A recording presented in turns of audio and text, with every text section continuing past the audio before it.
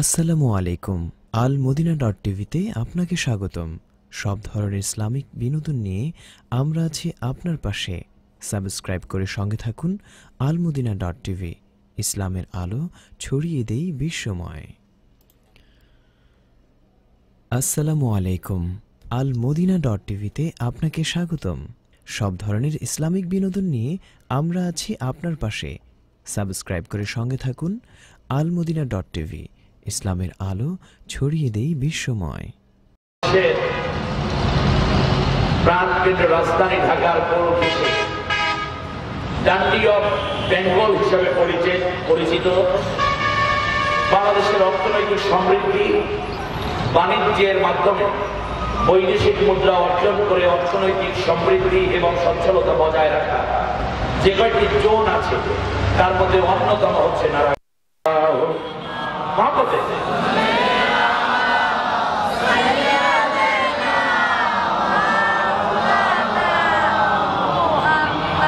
وعلى آله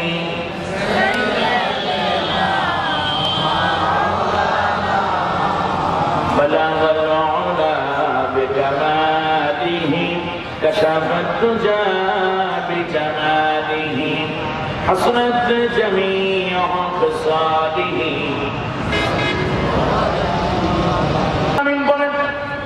যারা এই দুনিয়ার বুকে এইভাবে জীবন চালাবে যে কালমা পড়ে মুসলমান হয়ে গেছি, কিন্তু তারা এক পর্যায়ে সেই রকম নীতি অবলম্বন করে। তারা বলে আল্লাহর নবীর কিছু কিছু নিলাম, আবার কাফেরদের কিছু কিছু নিলাম। নামাজ দিলাম আল্লাহর নবীর তরিকা অনুযায়ী, সমাজ দিলাম ফ্রয়েডের এবং লেনিন কালমার্সের নিয়ম অনুযায়ী। খেয়াল করেছেন আপনারা? আমার রোজা দিলাম আল্লাহ নবীর নিয়ম অনুযায়ী, কিন্তু আমার ব্যবসা বাণিজ্য দিয়ে দিলাম অন্য তরিকা এবং অন্য পন্থায়। আমি হজ করলাম আল্লাহ নবীর দেখানো নিয়ম অনুযায়ী, কিন্তু আমার বক্তব্য, আমার চিন্তা, আমার পলিটিক্স, আমার শিক্ষানীতি, আমার অর্থনীতি, আমার পারিবারিক নীতি সবগুলো দিয়ে দিলাম আল্লাহ নবী যা বলেছেন তার বাইরে। আল্লাহ রাব্বুল আলামিন বলেন এই কিছু কিছু মানে আর কিছু কিছু না মানে, মাঝখানে নিজের একটা রাস্তা তৈরি করেছে। এরা হচ্ছে উলাইকা হুমুল কাফিরুনা হাক্কান, এরাই হচ্ছে নির্ভেজাল কাফের। খেয়াল করেছেন? তাহলে কিছু নবীর মানলো আর কিছু নবীর বাইরে কাফেরদের মানলো, ইহুদি খ্রিস্টানদের মানলো। আল্লাহ তাআলা বলেন এরাই হচ্ছে নির্ভেজাল কাফের। আগার হাফেজ মুসলিহাই দরমিয়ানে খাশওয়ান বা মুসলমান আল্লাহ আল্লাহ বাবে রামন রাম রাম। তুমি চমৎকার মুসলমান, যখন ইমানদারদের সাথে দেখা হয় তখন বলো আল্লাহ আল্লাহ, আর যখন ব্রাহ্মণের সাথে দেখা হয় তখন তুমি রাম রাম করো। আমার বন্ধুগণ, আল্লাহ রাব্বুল আলামিন মুমিনদের জন্য রেখেছে চূড়ান্ত যন্ত্রণাদায়ক শাস্তি। এখানে আল্লাহ বলেন নির্ভেজাল কাফের। এরপরে আপনি ইমানুদ্দিন, আমি ইমানুদ্দিন বাড়ির লোক, আমার নাম মুমিনুল্লাহ, তাতে কাজ হবে না। আল্লাহ রাব্বুল আলামিন এবার তৃতীয়বারে যে আয়াতটা বলেছেন, সূরার নাম সূরা নিসা, আয়াত নম্বর 65। আমার বাইরে আল্লাহর কোরআন সাক্ষী, আল্লাহর কোরআন থেকে কথা বলি। আল্লাহ রাব্বুল আলামিন বললেন নবী, আমি আল্লাহ নিজে নিজের কসম খেয়ে বললাম, যারা তোমাকে আদর্শ নেতা মানবে না, যারা কোনোদিন তোমার আদর্শের অনুসারী হবে না, কিন্তু কলমা পড়েছে, মুসলমান দাবি করেছে, আমি আল্লাহ কসম খেয়ে বললাম ওরা মুসলমান না, ওরা মুমিন না। কি বলতেছেন?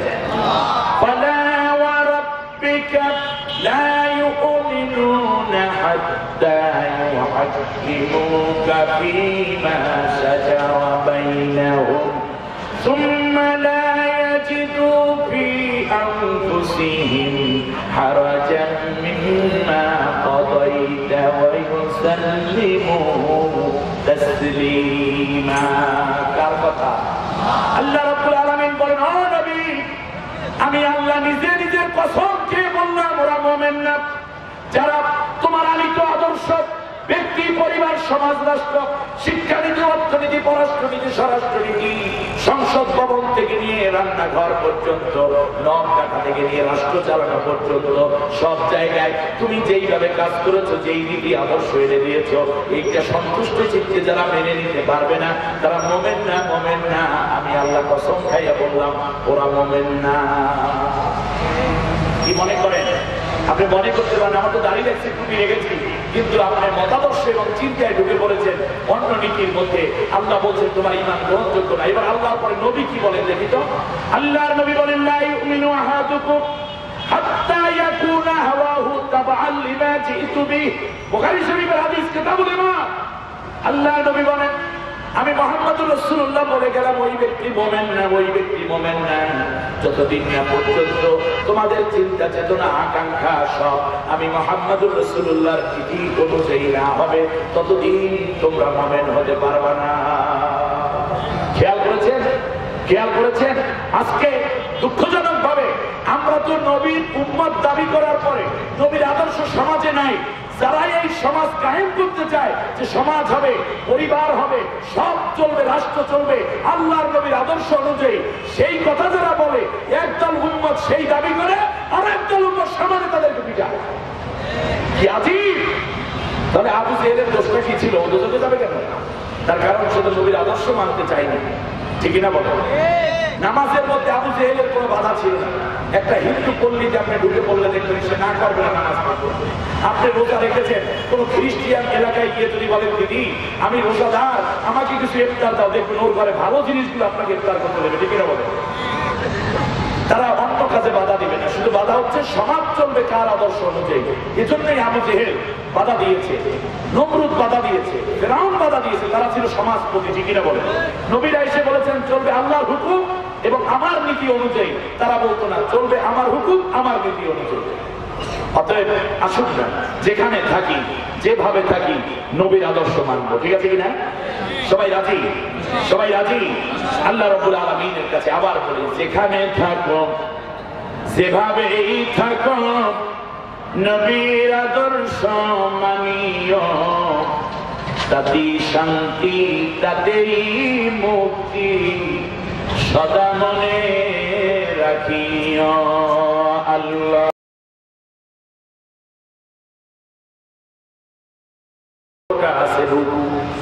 মদিনায় অবতীর্ণ সূরা, মদিনায় অবতীর্ণ সূরা। আমি আপনাদের মধ্যে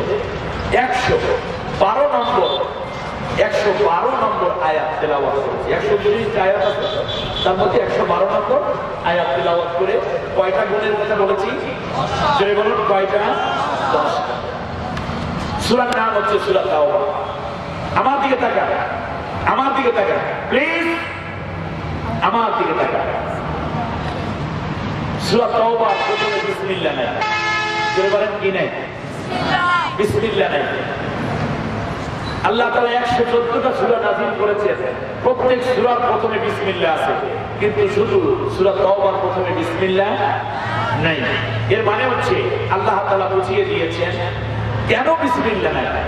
দুনিয়ার সমস্ত মুফাসসিরিনে কেরাম বলেছেন যে আল্লাহ তাআলা এই সূরাটা নাযিল করেছেন কাফেরদের উপর কঠিন রাগ করে। কাফেরদের উপর ভীষণ রাগ করে এই সূরাটা নাযিল করেছেন, যার কারণে এটার প্রথমে কোনো বিসমিল্লাহ নাই। তার কারণ হচ্ছে যেখানে রাগ সেখানে বিসমিল্লাহ থাকে না। বিসমিল্লাহ যদি থাকে তাহলে বোঝা যায় এখানে কি আছে? আল্লাহ রহমত। বিসমিল্লাহ থাকলে কি বোঝা যায়? আল্লাহর রহমত বোঝা যায়। যেখানে বিসমিল্লাহ নাই সেখানে কি পড়েছে? আল্লাহ গজব পড়েছে বলে বিবেচিত হবে। আমার বন্ধুগণ, বারাআতু মিনাল্লাহি ওয়া রাসূলিহি, আল্লাহ প্রথমেই বলেছেন আল্লাহ এবং আল্লাহ রাসূলের পক্ষ থেকে কাফেরদের উপর লানত। এই সূরাটার প্রথমে, এই জন্য প্রথমে বিসমিল্লাহই বলেন না।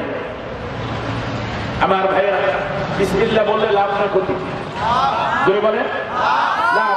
কেমন লাভ জানেন? আল্লাহ নবী বলেন কুল্লু আমরিন জিবালিন লাম ইউবদা ফীহি বিসমিল্লাহ ফাহুয়া আবতার। যেই কাজের মধ্যে বিসমিল্লাহ বলবা না ওই কাজটা লেজ কাটা থেকে যাবে, ওই কাজ পূর্ণাঙ্গ হবে না। অপরদিকে আল্লাহর নবী বলেন যেই কাজ বিসমিল্লাহ বলে শুরু করে দিবা ওই কাজ সম্পন্ন করার জামিনদার আল্লাহ নিজে হয়ে যায়। তার কারণ আমি কার নামে শুরু করলাম? আল্লাহর নামে। আমার বন্ধুরা, আল্লাহর নাম নেওয়ার সাথে সাথে আপনার আমল নামায় 190টা নেকি লেখা হয় যখন কেউ একবার বিসমিল্লাহির রহমানির রহিম। কত নেকি? 190টি। কারণ একটা অক্ষরে 10 করে নেকি কমপক্ষে, আর এখানে 19টা অক্ষর আছে। তাহলে 19কে 10 দিয়ে গুণ করলে কত হয়? 190টি নেকি। শুধু তাই নয়, আল্লাহ নবী বলেন, দুনিয়ার মানুষেরা শোনো, আমার উম্মতেরা জানো, জাহান্নামের দরজায় 19 জন ফেরেশতা আছে। কতজন? সবাই বলেন 19 জন। আল্লাহ তাআলা সূরা মুদ্দাসসিরের মধ্যে শেষ দিকে গিয়ে বলছেন আলাইহা তিসআতা আশার, এরপরেও রয়েছে 19। এর মানে জাহান্নামের দরজায় 19 জন গার্ড আছে, 19 জন ফেরেশতা আছে। আল্লাহ নবী বলেন, শোনো আমার উম্মতেরা, প্রত্যেক ফরজ নামাজের পরে, যারা বলে প্রত্যেক ফরজ নামাজের পরে, নামাজ পড়িলা না পড়িলা? পড়িলা। আমার মা বোনেরা ভালো করে শুনুন, আল্লাহ নবী বলেন প্রত্যেক ফরজ নামাজের পরে ওই নামাজি যদি 19 বার পড়ে বিসমিল্লাহির রহমানির রহিম, বিসমিল্লাহির রহমানির রহিম, বিসমিল্লাহির রহমানির রহিম, কতবার পড়বে? 19 বার। আমার ভাইরা, আল্লাহ নবী বলেন তাহলে আমার ওই উম্মতকে 19 জন জাহান্নামের ফেরেশতারা গ্রেফতার করার কোনো সাহস পাবে না। খেয়াল করুন কত ফায়দা। আপনি বলতে পারেন নামাজের পরে তো আমার একটু বাইরে যেতে হয়, অফিসে বসতে হয়। হ্যাঁ, আপনি হাঁটবেন আর পড়বেন, কোনো অসুবিধা নেই, কিংবা বসে সুযোগ পেলে পড়ে নিবেন। এক নামাজ শেষ হয়ে আর এক নামাজ আসার আগে 19 বার পড়ে নিলেই হবে। শুধু তাই নয়, বিসমিল্লাহ বরকত শুনুন। আল্লাহ নবী বিশ্বনবী মুহাম্মদুর রাসূলুল্লাহ সাল্লাল্লাহু আলাইহি ওয়াসাল্লাম যখন মেরাজের রাতে জান্নাতে গেলেন, জান্নাতের মধ্যে গিয়ে আল্লাহ নবী জান্নাতের হাজার নাজ নেয়ামত দেখতে পাইলেন। নাজ নেয়ামত দেখে দেখে নবী দারুণ খুশি হয়ে গেলেন। আরে আমার উম্মত কত চমৎকার নাজ নেয়ামত ভোগ করবে। আল্লাহর কাছে ডাক দিয়ে কয়, রব্বুল আলামিন, কোন উম্মতকে জাহান্নামে নেবা না। আমার উম্মতের আল্লাহ তাদের হায়াত কম হবে, দুনিয়ায় তারা অনেক কষ্ট করে করে ইসলামের উপর টিকে থাকবে। সুতরাং আল্লাহ তোর কাছে ফরিয়াদ করি, আমার উম্মতকে এই নিয়ামত দিয়ে ধন্য করে দিও। আল্লাহ নবী ঘুরে ঘুরে এক পর্যায়ে পৌঁছে গেলেন জান্নাতের এমন একটা জায়গায়, যেই জায়গাটার মধ্যে আল্লাহ নবী দেখতে পাইলেন জান্নাতের স্বর্ণ দিয়ে, হীরা মণি মুক্তা জহরত পান্না চুন্নি দিয়ে চমৎকার খচিত একটা ঘর। কি সুন্দর রকমের আলপনা আঁকা। ভিতরে আওয়াজ হচ্ছে, ছলো ছলো আওয়াজ হচ্ছে, মনোমুগ্ধকর আওয়াজ। দরজার মধ্যে বড় একটা তালা মারা। আল্লাহ নবী জিজ্ঞেস করলেন, জিবরাইল, এই ঘরটার নাম কি? এখানে কি হচ্ছে? জিবরিল আলাইহিস সালাম বললেন, ইয়া রাসূলুল্লাহ, ইয়া হাবিবাল্লাহ, এইটার নাম হচ্ছে হাউজে কাউসার। এটার নাম কি? হাউজে কাউসার। আল্লাহ নবী বললেন, জিবরাইল, হাউজে কাউসার আবার কি জিনিস রে জিবরাইল? বলল, ইয়া রাসূলুল্লাহ গো, এটা হচ্ছে কাল কিয়ামতের ময়দান যখন দাঁড়িয়ে যাবে, ময়দানে মাহশারে মানুষের মাথার উপরে যখন সূর্যটা চলে আসবে, 9 কোটি 30 লক্ষ মাইল দূরে সূর্যটা মাথার উপরে চলে আসবে, সূর্যের প্রচন্ড তাপে মাথার তালু ফেটে যাবে, কিলুগুলো যখন টকবক করে ঘুরতে থাকবে, মানুষের প্রচন্ড পিপাসায় কলিজার চাবি ফেটে যাবে, চিৎকারটা নাভি পর্যন্ত ঝুলে পড়বে, নাফসি নাফসি বলে সবাই যখন চিৎকার করতে থাকবে, ওই কঠিন মুহূর্তে আল্লাহ রাব্বুল আলামিন দয়া করে কিছু বান্দাকে এখান থেকে হাউজে কাউসারের কিছু পানি দান করবেন। যারা এই পানি পান করার সুযোগ পাবে, ওই মানুষগুলোর কোনো পিপাসা থাকবে না, সূর্যের প্রচন্ড তাপ তাদেরকে কোনো ক্ষতি করতে পারবে না। আল্লাহ নবী বললেন, জিবরাইল, আমি দেখতে চাই এই পানি। জিবরিল আলাইহিস সালাম বললেন, চলুন ইয়া রাসূলুল্লাহ, ঘরের সামনে গিয়ে দেখতে পাচ্ছেন বড় তালা মারা। আল্লাহ নবী বললেন, জিবরাইল, চাবিটা কোথায় রে জিবরাইল? চাবিটা দাও। বললেন, ইয়া রাসূলুল্লাহ, এই তালার চাবি আল্লাহ রাব্বুল আলামিন আপনাকে মুখের মধ্যে দিয়ে রেখেছেন। আল্লাহ রাসূল বললেন, কই রে জিবরাইল? মুখের মধ্যে তো দেখি না। বললেন, ইয়া রাসূলুল্লাহ, এই তালার চাবির নাম বিসমিল্লাহির রাহমানির রাহিম। আল্লাহু আকবার। জান্নাতের হাউজে কাউসারের তালার চাবির নাম কি? আল্লাহর নবী তার ডান হাত দিয়ে জান্নাতের হাউজে কাউসারের তালা যখন ধরলেন, তালা অটো খুলে গেল। নবী ভেতরে প্রবেশ করলেন, দেখলেন কি সুন্দর গান হচ্ছে। একটু নিচের দিকে তাকাইয়া দেখলেন নূরের ঝর্ণা, নূরের আলোয় উদ্ভাসিত হচ্ছে।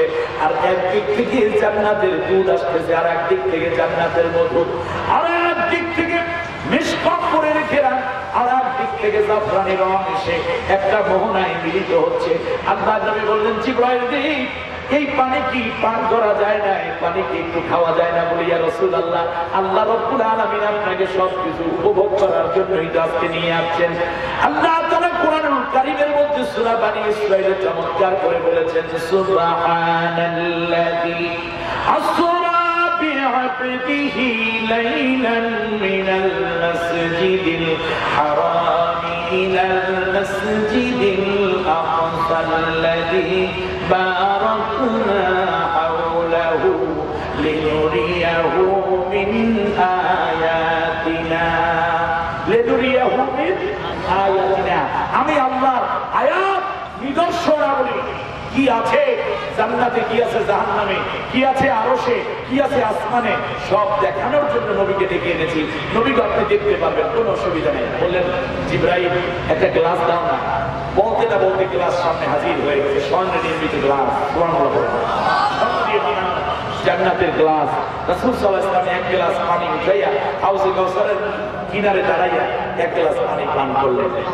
আল্লাহ রাসূল সাল্লাল্লাহু আলাইহি ওয়াসাল্লাম মেরাজ শেষ করে দুনিয়ায় চলে আসলেন। আপনাদের কষ্ট হচ্ছে? মেরাজ শেষ করে নবী দুনিয়ায়, আপনারা কয়টা পর্যন্ত শুনে ওয়াজ শুনবেন আমি তো জানি না। হ্যাঁ, মাঝখানে কোনো স্লিপ টিলিপ নাই তো নাকি?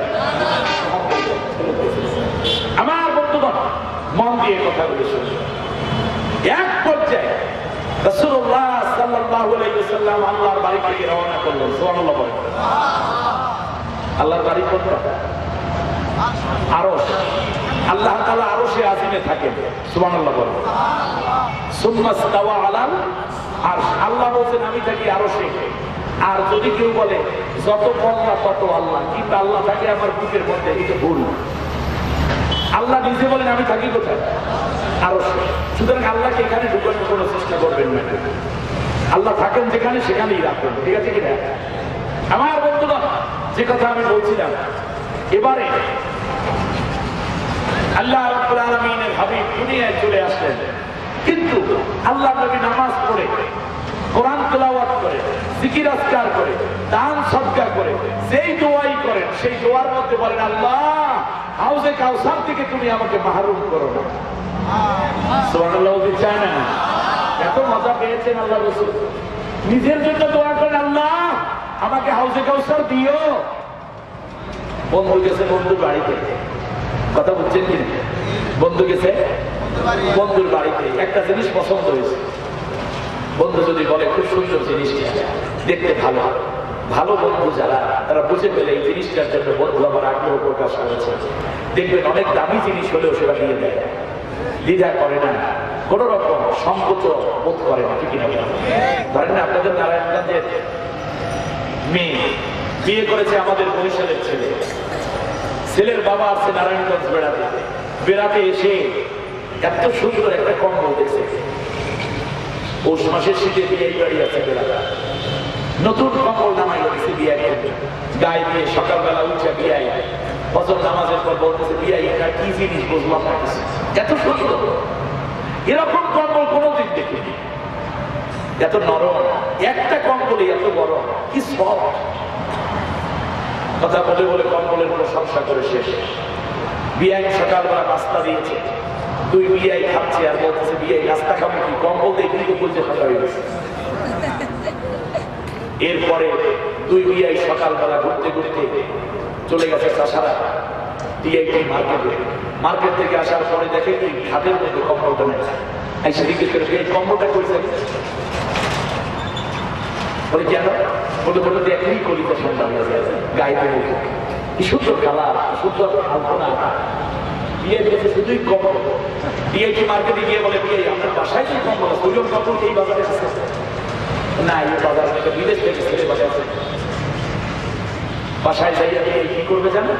ভদ্র বিয়ে, বিয়ে নিয়ে দেখে বলবে, স্ত্রীকে দেখে বলবে এই কম্বলটা ভাস করে আগেই টিকিট করে দেবে, বিয়ে যাওয়ার সময় গাড়িতে দিয়ে দিয়ে তার কারণ কম্বলটার প্রতি বিয়ে খুব মহাব্বত বেড়ে গেছে। আর এতবার বলার উদ্দেশ্য যদি যে নানা ব্যাপার দিয়ে দেয়, দুনিয়ার এক বিয়াই আর এক বিয়ের মন এত বোঝে। এক বন্ধু আর এক বন্ধু বিদেশ থেকে আসছে, মোবাইল সেটটা খুব সুন্দর হাতে নিয়ে গায়ে, দোস্ত এত সুন্দর সে ঠিক আছে তুই নিয়ে আসা, সিম চালাও শুনলে।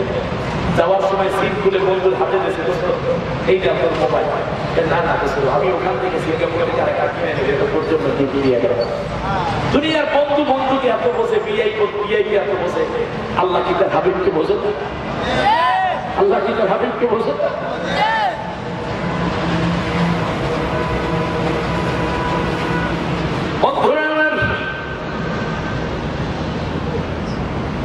আল্লাহ রাব্বুল আলামিন আল্লাহর নবীর বনের আবেগ বুঝেন।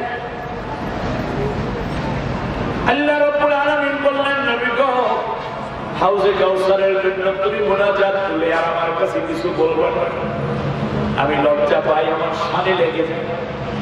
আজ থেকে এই হাউজে কাউসারের পুরো মালিকানা আমি আল্লাহ রাব্বুল আলামিন তোমার হাতে উঠিয়ে দিলাম। পুরো মালিকানাই তোমার। আল্লাহ রাব্বুল আলামিনের জান্নাতের জিনিস এত বড় নিয়ামতওয়ালা জিনিস। আল্লাহর নবী বলেন, যাকে হাউজে কাউসার দেয়া হবে ওই ব্যক্তি অবশ্যই আল্লাহর আরশের নিচে বসার অনুমতি পেয়ে যাবে। আমার ভাইয়েরা খেয়াল করে দেখুন আল্লাহর কুদরত।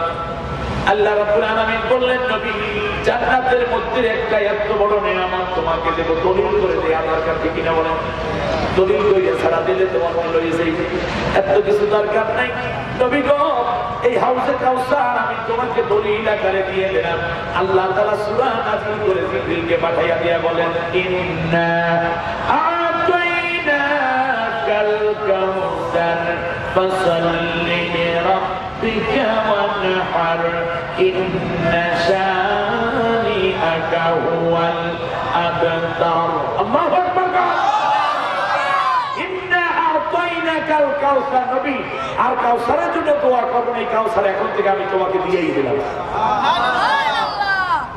আল্লাহ নবী বলেন, হাউজে কাউসারের তালার চাবির নাম বিসমিল্লাহ।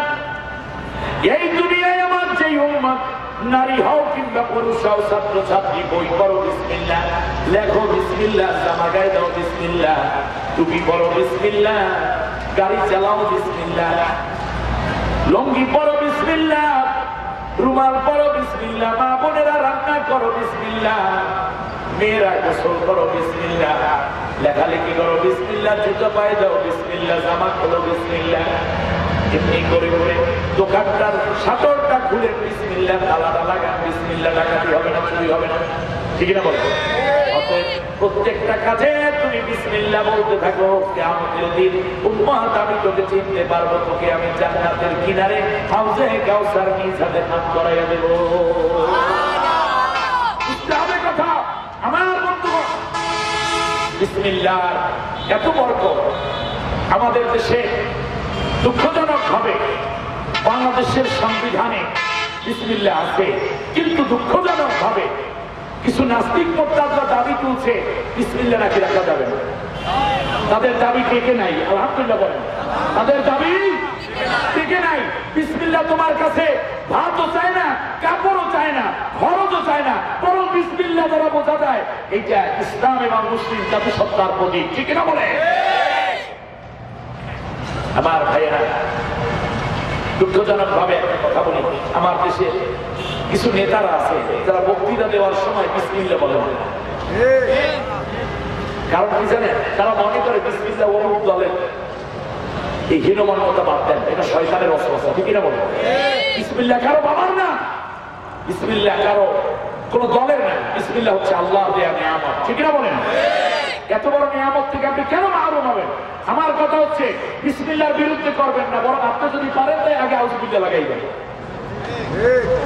কেউ যদি বিসমিল্লাহ বলে সওয়াব পায়, তাহলে আপনার ঈর্ষান্বিত না হয়ে পিছন দিক থেকে লাগান। আপনি বলেন আউযুবিল্লাহি মিনাশ শাইতানির রাজিম, তারপরে বলেন বিসমিল্লাহির রহমানির রহিম। বিসমিল্লাহ উড়ানের চিন্তা করেন না, বরং পিছনে আউযুবিল্লাহ লাগান, তাহলে আপনিও আল্লাহর কাছে সওয়াব পেয়ে যাবেন, ঠিক না বলেন?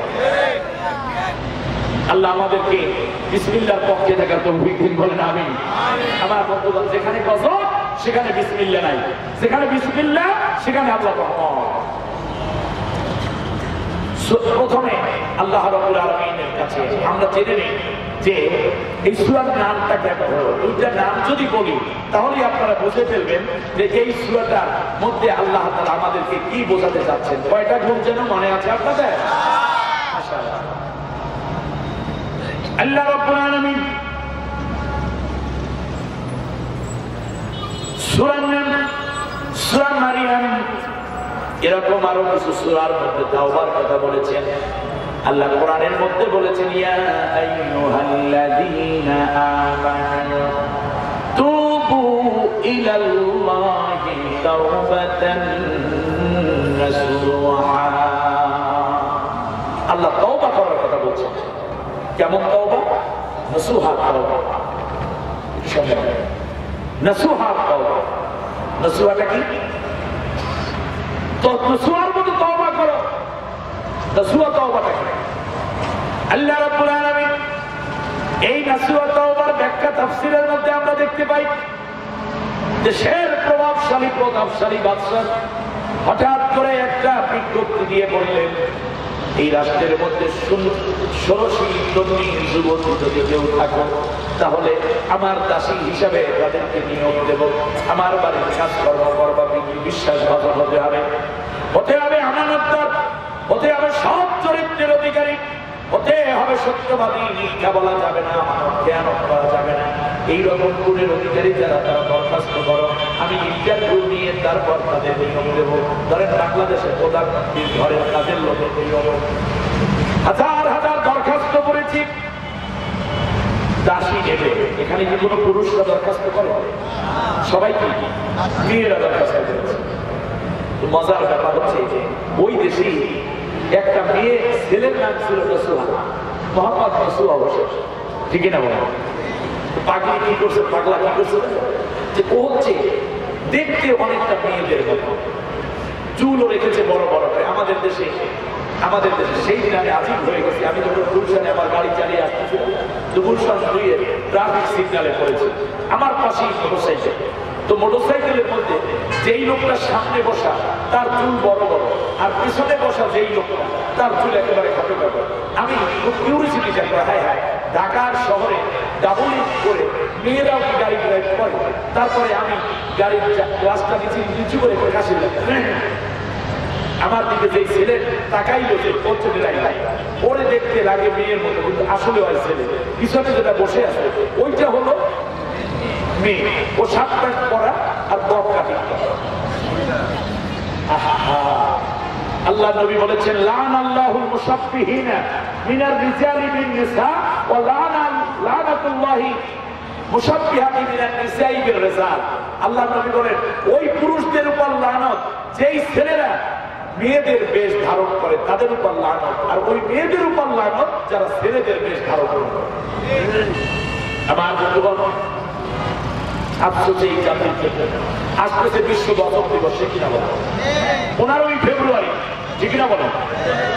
14ই ফেব্রুয়ারি নামতেছে কি দিবস? মানে কি? বিশ্ব, এটা বিশ্ব বেশ্যা ভারত বেহায়া দিবস, ঠিক কিনা বলেন?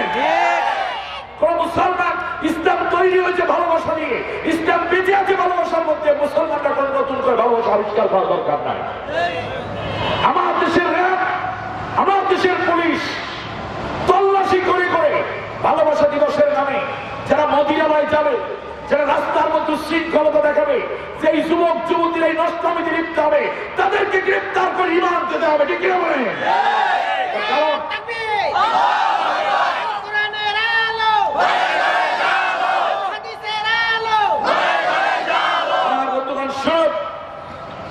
একটি জঘন্যতম পাপের রাস্তা খুলে দিয়েছে ভালোবাসা দিবসের নামে বিশ্ব বেহায়া দিবস, ঠিক না বলেন?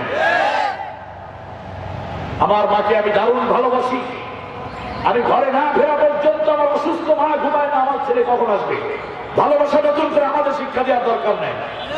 স্বামী রিক্সা চালক, রিক্সা চালিয়ে ঘরে আসার আগে স্ত্রী পানি গরম করে রাখে, স্বামী গোসল করবে। ছোট্ট ছোট্ট বাচ্চাগুলো রাত্রে ঘুমায় না, আব্বু আসলে তারপরে খাবো। আমার ভাইয়েরা স্ত্রীর জন্য স্বামী কিডনি গিফট করে দেয়, হাদিয়া দিয়ে দেয়। আবার স্ত্রী অসুস্থ, স্বামী কিডনি দেয়, ব্লাড দেয়, আবার স্বামীর জন্য স্ত্রী ব্লাড দেয়, কিডনি দেয়। এই ইতিহাস ইসলামে আছে না নাই? ইসলাম ভালোবাসার মধ্যে টিকে আছে, ইসলাম তৈরি হয়েছে ভালোবাসার মধ্যে। নতুন করে ভালোবাসা দিবস আমাদের পালন করার দরকার নেই। আমরা যদি আমেরিকা, ব্রিটেন, ফ্রান্স, অস্ট্রেলিয়া এই ইহুদি খ্রিস্টানদের ভালোবাসা দিবস পালন শুরু করি, তাহলে সবগুলো এসতে পারবে। ঠিক না বলবো? ওদের ভালোবাসা নেই বিধায় ওরা একদিন ঘটা করে ভালোবাসা পালন করে। ঠিক না বলেন? আর আমরা প্রত্যেকটা নিঃশ্বাসে নিঃশ্বাসে আমরা আল্লাহকে ভালোবাসি, রাসূলকে ভালোবাসি, মাকে ভালোবাসি, বাবাকে ভালোবাসি, প্রতিবেশীকে ভালোবাসি, পৃথিবীর সমস্ত মাখলুকাতকে আমরা ভালোবাসি। সুতরাং ভালোবাসা দিবসের নামে যারা উলঙ্গপনায় আসবে তাদেরকে গ্রেফতার করতে হবে। ঠিক না বলেন?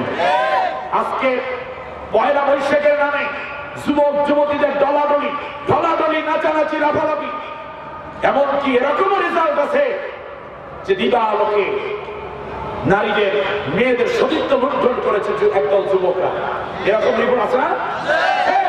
রমনার পটমনে যে অস্থিরতা ঘটে, Poila Boishakh, 31 night, rag day, Valentine's day, এই সমস্ত দিবসগুলো কোন ন্যাকের দিবস না, সব গুনার দিবস। ঠিক না বলে? পুলিশের উচিত এইগুলাকে, সরকারের উচিত এগুলোকে রাষ্ট্রীয়ভাবে বন্ধ করে দেয়া। যারা এই উন্মাদনায় লিপ্ত থাকবে তাদেরকে গ্রেফতার করা। কিন্তু দুঃখজনক ভাবে তাদের কয়জন গ্রেফতার হয় আমি জানি না। কিন্তু আল্লাহর কোরআন পড়তেছে নারীরা, আল্লাহর কোরআনের দাওয়াত হচ্ছে সেই সকল নারীদেরকে গ্রেফতার করে রিমান্ডে দেওয়া হচ্ছে। যাদের জন্য দুর্ভাগ্য, অস্ত্র পাইল না, মাদক দ্রব্য পাইল না, কি করেছে ওই মা, কি করেছে, দোষ করেছে ওই বোন, ওর রিমান্ড দিতে হবে তাদেরকে যারা হাজার অন্যায় লিপ্ত। ঠিক না বলে?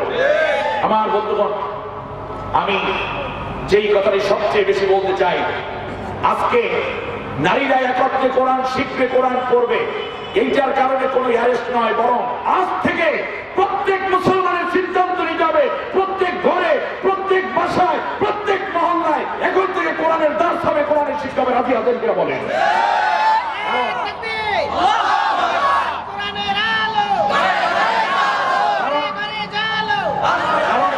শিক্ষা না থাকলে আমার জাতি নষ্ট হয়ে যাবে। ঠিক না বলেন? কোরআনের শিক্ষা থাকলে ঐশীর মতো নষ্ট মেয়ে বাবা এবং মাকে ঘুমের ট্যাবলেট খাওয়াইয়া বেহুশ অবস্থায় জবেও দিয়ে 52টা আঘাত করেছে বাবার বুকের মধ্যে একটা মেয়ে। এটা কোরআন শিক্ষার ফল নয়, বরং কোরআন না শেখানোর রেজাল্ট। ঠিক না বলেন? অতএব দেশকে যদি সত্যিকার ভালো দেশ বানাতে চান, তাহলে আপনাকে আসতে হবে কোরআনের কাছে। আপনি ধনী হন, এমপি হন, মন্ত্রী হন, গরিব হন, রিক্সা চালক হন, বাড়িওয়ালা হন, জেনারেল শিক্ষিত হন, যাই হন না কেন, আপনার কর্তব্য হচ্ছে আপনার ঘরটাকে আল্লাহর কোরআনের ঘর বানাই দেয়া। ঠিক না বলেন? কোরআন শিক্ষা আপনি মনে করতে পারেন না, এই কথা চিন্তা করবেন না যে বাংলাদেশে মনে হয় ঐশী একজনই আছে। না, কত ঐশী তৈরি হয়েছে জানি না। আল্লাহ এই জাতিকে রহম করুন, বলেন আমিন।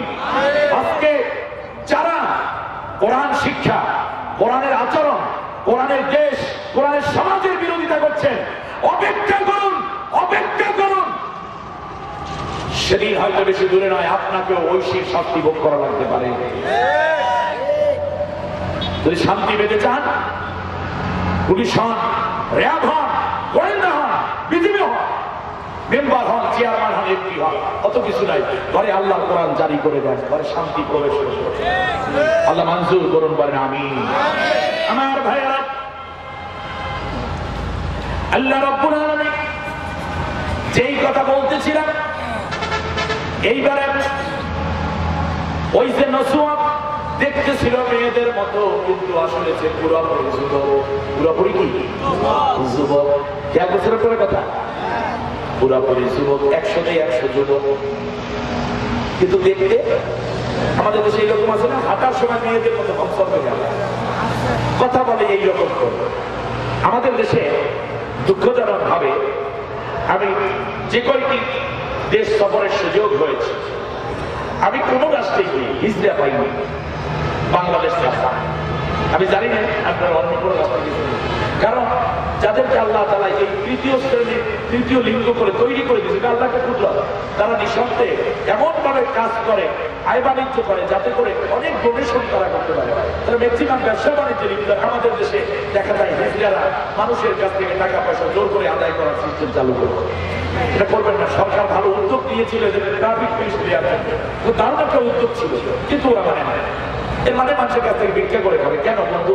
এটা করবে না। মূলত হিজড়ারা যদিও তৃতীয় লিঙ্গ, পুরলিঙ্গ, স্ত্রীলিঙ্গ এবং তৃতীয় লিঙ্গ, কিন্তু মজার ব্যাপার কি জানেন? তাদেরকে কিন্তু পুরুষ ধরা হয়। ইসলামী শরিয়ত অনুযায়ী যখন কোন হিজড়া মারা যাবে তখন তাকে গোসল দেবে কে? নারীরা না পুরুষের? রাইট, এই মাসলা আমাদের জানা থাকা দরকার। পুরুষরা তাকে গোসল করবে এবং জানাজা যে পড়াবে, আপনারা জানেন সেখানে হাজাল মাইয়াত হবে না হাজিহিল মাইয়াত হবে? হাজাল মাইয়াত। এর মানে হচ্ছে পুরুষের জানাজা পড়ানো হচ্ছে।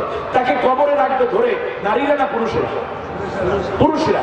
তাহলে ইসলাম মূলত হিজড়াকে তৃতীয় লিঙ্গ চিন্তা করলেও আসলে তাকে পুরুষ ধরেই বিবেচনা করে, কিন্তু সে সাথে নারী নয়। এটা আমার দেশের হিজড়ার বুদ্ধি নেই। এদেরকে নিয়ে একদিন একটা মাহফিল করার আমার বন্ধুগণ, ওদের একটি স্বাভাবিক জীবন খুবই দরকার। তাদের অসহায়ত্ব দেখলে আমার মায়া হয়, কিন্তু যখন তারা উল্টা পাল্টা করে তখন আমার খারাপ লাগে যে এইগুলো তুমি করছো, কিন্তু তোমার কাছে আমার বন্ধুগণ এই টাইপের মেয়ে, কিন্তু আসলে সে হিজড়া না, সে ছেলে, চলে মেয়ের মেয়ে। এখন যেই 5 জনকে নিয়োগ দেয়া হয়েছে, ওই 5 জনের মধ্যে ভাগ্যক্রমে এই নসুয়াও পড়ে গেছে। প্রেসিডেন্ট দস্তখত দিয়ে তাদের অ্যাপয়েন্টমেন্ট লেটার দিয়ে দিয়েছে, নিয়োগ হয়ে গেছে। 1 বছর শেষ, দ্বিতীয় বছর। এখন স্বাভাবিকভাবেই এই নসুয়া থাকে কাদের সাথে? ছেলেদের সাথে না মেয়েদের সাথে? কথা বুঝেন না? এখানে আছে মেয়েদের সাথে। একটা ছেলে ভিতরে মনে করেন 1-150 দাসী, ওর যাকে ভালো লাগে তার সাথে বন্ধুত্ব করে দিনে থাকে রাইতে থাকে। যেমন মেয়েরা মেয়েদের সাথে ঘুমায়, ছেলেরা ছেলেদের সাথে বন্ধুত্ব করে ঘুমায়। কিন্তু ইসলামের শরিয়া নির্দেশ হলো ছেলে এবং মেয়ে যদি বড় হয়ে যায়, যুবক যুবতী হয়ে যায়, 2 জন যদি ঘুমায় ওই এক খাটে, মাঝখানে একটা বালিশ দিয়ে রাখে। 2 ভাইও যদি বড় হয়ে যায়, 2 বোনও যদি বড় হয়ে যায়, তাহলে এক খাটে ঘুমালেও মাঝখানে কি থাকবে? একটা বালিশ থাকবে। এটা হচ্ছে শরীয়তের বিধান। আল্লাহ আমাদেরকে বিধানগুলো মেনে চলার তৌফিক দিন করে। একদিনে ওয়াজ করা যাবে না। আপনারা আবার দেখেছেন, ইনশাআল্লাহ আবার কথা হবে বন্ধু, যে জায়গায় দেখেছিলেন। তো এই ফাঁকে ফসকি নস্কি গুনার যত কাজ আছে, নসুয়া সবগুলোর মোটামুটি পদচারণা করা শুরু করে দিল। এক পর্যায়ে ঘটনা ঘটে গেল, সেটা হচ্ছে এই বাদশাহী ছোট্ট একটা মেয়ে, এই মেয়ে 3 বছরের একটা মেয়ে, তার গলায় ছিল হীরার হাত। এই হাতটা হঠাৎ করে হারিয়ে গেছে। হারানো হাত এত করে তালাশ করা হলো, খোঁজা হলো, কোথাও পাওয়া গেল না। এবার বাদশাহ ডাকিয়ে রানীকে ডেকে বললেন, রানী যতগুলো দাসী আছে সবগুলো এক জায়গায় দাঁড় করা, এক জায়গায় তল্লাশি করো, দেখো স্বীকার করে কিনা। কেউ স্বীকার করে না, তার কারণ ভিতরে তো অন্য কোনো মানুষ নেই। চুরি করলে ওরাই করেছে, গোপন করলে ওরাই করেছে। বাদশাহ এবার বললেন, কোনো কথা নাই, যেহেতু স্বীকার করে না, সুতরাং এদের সবাইকে উলঙ্গ করে চুলের খোপা দেখো এবং গোটা পড়ি তল্লাশি করো। বাদশাহ চিন্তা করেছে, আজকে আমার মেয়ের হার যদি কেউ লোভ করে চুরি করতে পারে, কালকে আমার মেয়েকে হত্যা করবে, এমনকি অন্য বাদশাহ কিংবা শত্রুদের কুপ্ররোচনায় পড়ে আমাকে হত্যা পর্যন্ত করে ফেলবে। যে হারের লোভ সামলাতে পারে না, সে কেমন করে কোটি কোটি টাকা খাওয়ার পরে আমাকে হত্যা না করার লোভ সামলাবে? বাদশাহ হার যতটুকু বুঝেছে তার চেয়ে বেশি বুঝেছেন যে আমার নিজেই ঝুঁকির মধ্যে পড়ে গেছে। সুতরাং নিরাপত্তার এই বিশাল ঘাটতির কারণে তিনি বললেন, সতর্ক তল্লাশি করো। এখন 50 জন দাসী ছিল। ওই দিন তাদের সবাইকে 5 কাতারে দাঁড় করানো, প্রত্যেক কাতারে কয়জন করবে? 10 জন। তো ওই দিক থেকে আসতেছে। এইবার নসুয়া একেবারে সমাজ শেষে যাবে না। খেয়াল করেছেন কিনা? তল্লাশি করার পদ্ধতি কি? উলাঙ্গ করে ফেলা। তল্লাশির পদ্ধতি কি ছিল? উলাঙ্গ করে ফেলা। বাস উলঙ্গ করে করেই তল্লাশি করা হচ্ছে। এরপরে এই পর্যন্ত আস্তে আস্তে নসুয়ার লাইনে যখন আসছে, নসুয়া তো সবার সাথে 50 নম্বর ছিল, এই লাইনে যখন 41 নম্বরে ধরছে তখন নসুয়া কান্না জুড়ে দিচ্ছে, ফোবাইয়া ফোবাইয়া কান্দে, চোখের পানি ছেড়ে কান্দে। অন্যান্য বান্ধবীরা বলে একেবারে খুশি হইলে তোর নাক খাটাইয়ে বলাবো, তোর কারণে আমাদের সবাইকে ন্যাংটা করছে। তুই যদি হার নিবি, তুই যদি হার নিয়ে থাকিস আগে স্বীকার করিস নাই কেন? এখনো স্বীকার কর, কমপক্ষে কয়জন বান্ধবী এত বড় অপমানিত হবে না, অপদস্থ হবে না। রসুল কারো কথায় কাঁদবে না, তার সামনের জন্য কয় তুই কান্দিস কে, তোর হয়েছে কি, তুই তো হার চুরি করেছিস, তাহলে স্বীকার করিস না কেন? রসুল কারো কথা বলে না, রসুল পৃথিবীর কারোর সাথে কথা বলে না, গোপনে গোপনে আল্লাহ রাব্বুল আলামিনের সাথে কথা শুরু করে দিয়েছে। আল্লাহ রাব্বুল আলামিনকে ডাক দিয়া বলে, রাব্বুল আলামিন কত বড় গুনাহগার আমি তুমি জানা। রসুয়া কিন্তু হার নেয় নাই, হার নেয়ার ভয়ে কাঁদতে নেই, বরং রসুয়া জানে আজকের যে টেস্ট চলতেছে এটা হচ্ছে ন্যাংটা করার টেস্ট, কাপড় বস্ত্র খুলে ফেলার টেস্ট। সুতরাং আজকে আমি হার নেই নেই ঠিকই, কিন্তু আমাকে তো উলঙ্গ করে চেক করা হবে, নারী হিসাবে, দাসী হিসাবে উলঙ্গ যখন করা হবে তখন আমার ভিতরে দেখতে পাবে আমি পুরুষ। এই চিন্তা করে রসুয়া বুঝতে পারলো যে আমি যখন পুরুষ ধরা পড়ে যাব তখন বাদশাহ আমাকে প্রতারণার অভিযোগে হত্যা করে ফেলবে। সুতরাং আমার জীবন চলে যাবে। আমি চুরি করি নাই ঠিকই, কিন্তু বড় অপরাধ করে এখানে ঢুকে পড়েছি।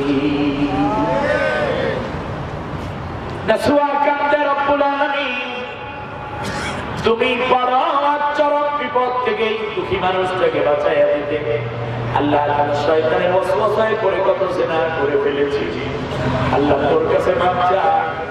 আল্লাহ আজকে যদি এই বিপদ থেকে তুমি আমাকে বাঁচাইয়া দাও, কোনদিন আমি আর রাজদরবারে থাকবো না, আমি অনেক দূরে চলে যাব।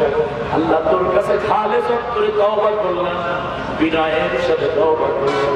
রব্বুল আলামিন আমাকে উলঙ্গ করার আগে তুমি আমাকে মুক্ত করে দাও। বাকি জীবন কেবলমাত্র তোমার হুকুম মানব। পৃথিবীতে অন্য কারো আমি দাসত্ব করবো না, শয়তানের ওয়াসওয়াসায় পড়বো না। রাসূল আল্লাহর কাছে কাঁদতেন, এক এক করে খেয়াল করুন 8 জন শেষ। রাসূলের সামনে যে ছিল তাকেও সার্চ করা শেষ হয়ে গেছে। রাসূল একলা মাথা, রাসূলের মাথার মধ্যে বড় বড় চুল রেখেছে, মাথার ওড়নাটাকে খুলে চুলের যে বেনিটি আছে বেনিটাকে খুলে চুলগুলো ঝাপতেছে না জানি চুলের মধ্যে লুকিয়ে রেখেছে। এমন সময় পেছন দিক থেকে হার হাতে একজন লোক এসে বলতেছে, একজন কর্মচারী এসে বলতেছে, রানী গো হার পাওয়া গেছে, হার পাওয়া গেছে।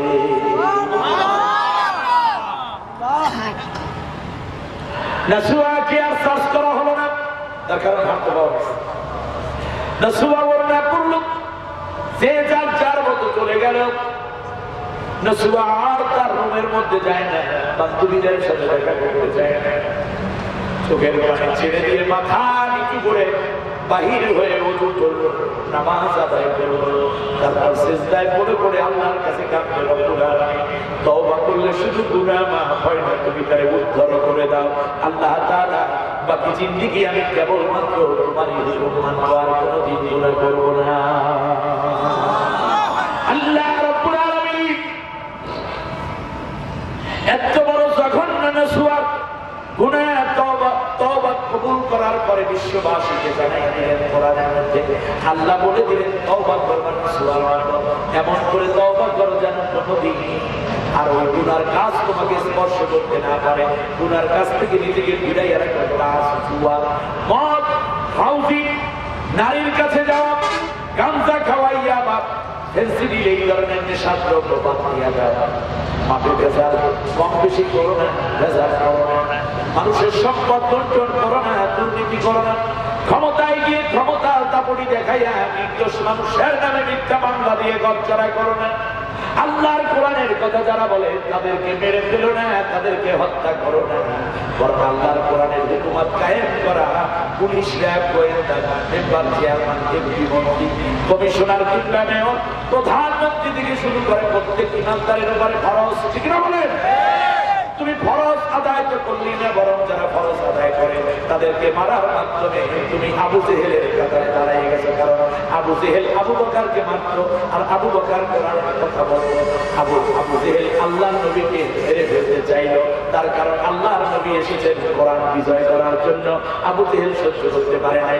সুতরাং আবু জেহেল সহ্য না করতে পারার কারণ হচ্ছে তার ভিতরে ঈমান ছিল না, এজন্য নবীকে মারে। নবী কোরআনের কথা বললে আবু জেহেল মানে, মুসা আলাইহিস সালাম আল্লাহর কথা বললে ফিরআউন মারে, ইব্রাহিম আলাইহিস সালাম আল্লাহর কথা বললে নমরুদ তাকে আগুনে ফেলায়। আর আজকে বন্ধু তুমি মুসলমান হইয়া আল্লাহর কোরআনের শাসন যারা কায়েম করতে চায় তাদেরকে তুমি মারো, তাদেরকে রিমান্ডে দাও, তাদেরকে কষ্ট দাও, তাদের নামে মিথ্যা মামলা দিয়ে ঘর ছাড়া করো। বলো দেখি আবু জেহেল, উতবা, সাইবা, নমরুদ, ফিরআউনের মধ্যে আর তোমার মধ্যে কি পার্থক্য আছে? আমার ভাইয়েরা, তওবাটা এইভাবেই হতে হবে, তওবাটা হবে এইভাবে। খেয়াল করুন মা বোনেরা, বুঝুন। এক মহিলা আল্লাহ বুখারী শরীফ কিতাবুত তাকওয়ার মধ্যে খুলে দেখেন, আল্লাহ নবী সাল্লাল্লাহু আলাইহি ওয়াসাল্লামের কাছে এক মহিলা চলে আসলো। মহিলা এসে প্রেগন্যান্সি মহিলা, গর্ভের মধ্যে 7 মাসের বাচ্চা। ইসলাম গ্রহণ করেছে আজ থেকে নিয়ে 5 মাস আগে। বুঝতে পারে নাই পেটের মধ্যে আগের জেনার কারণে বাচ্চা এসে গেছে। আগে জানতো না যে বাচ্চা এসে গেছে, কিন্তু এখন কি করবে? আল্লাহর নবীর সামনে হাজির। আল্লাহ রাব্বুল আলামিন বলেছেন, যারা জেনাকার, জেনাকারিনী যদি বিবাহিত হয়, বিবাহিত পুরুষ, বিবাহিত নারী হয়, তাহলে কোমর পর্যন্ত গেলে সঙ্গে সার করে দাও, মানে মস্ত ডুবাইয়া দাও, পাথর মাইরা ওদের ভিড়ু নষ্ট করে দাও, ওদেরকে ওখানে মেরে ফেলো। আমার ভাইয়েরা খেয়াল করে দেখুন, আল্লাহর নবী ওই জাহান্নামের মধ্যে যখন গিয়েছিলেন মেরাজের রাতে, আল্লাহর নবী দেখতে পাইলেন একদল নারী আর একদল পুরুষ এই অবস্থায়, যে তাদের সামনে কি সুন্দর জান্নাতের ফল, তাজা তাজা ফ্রেশ ফল রয়েছে।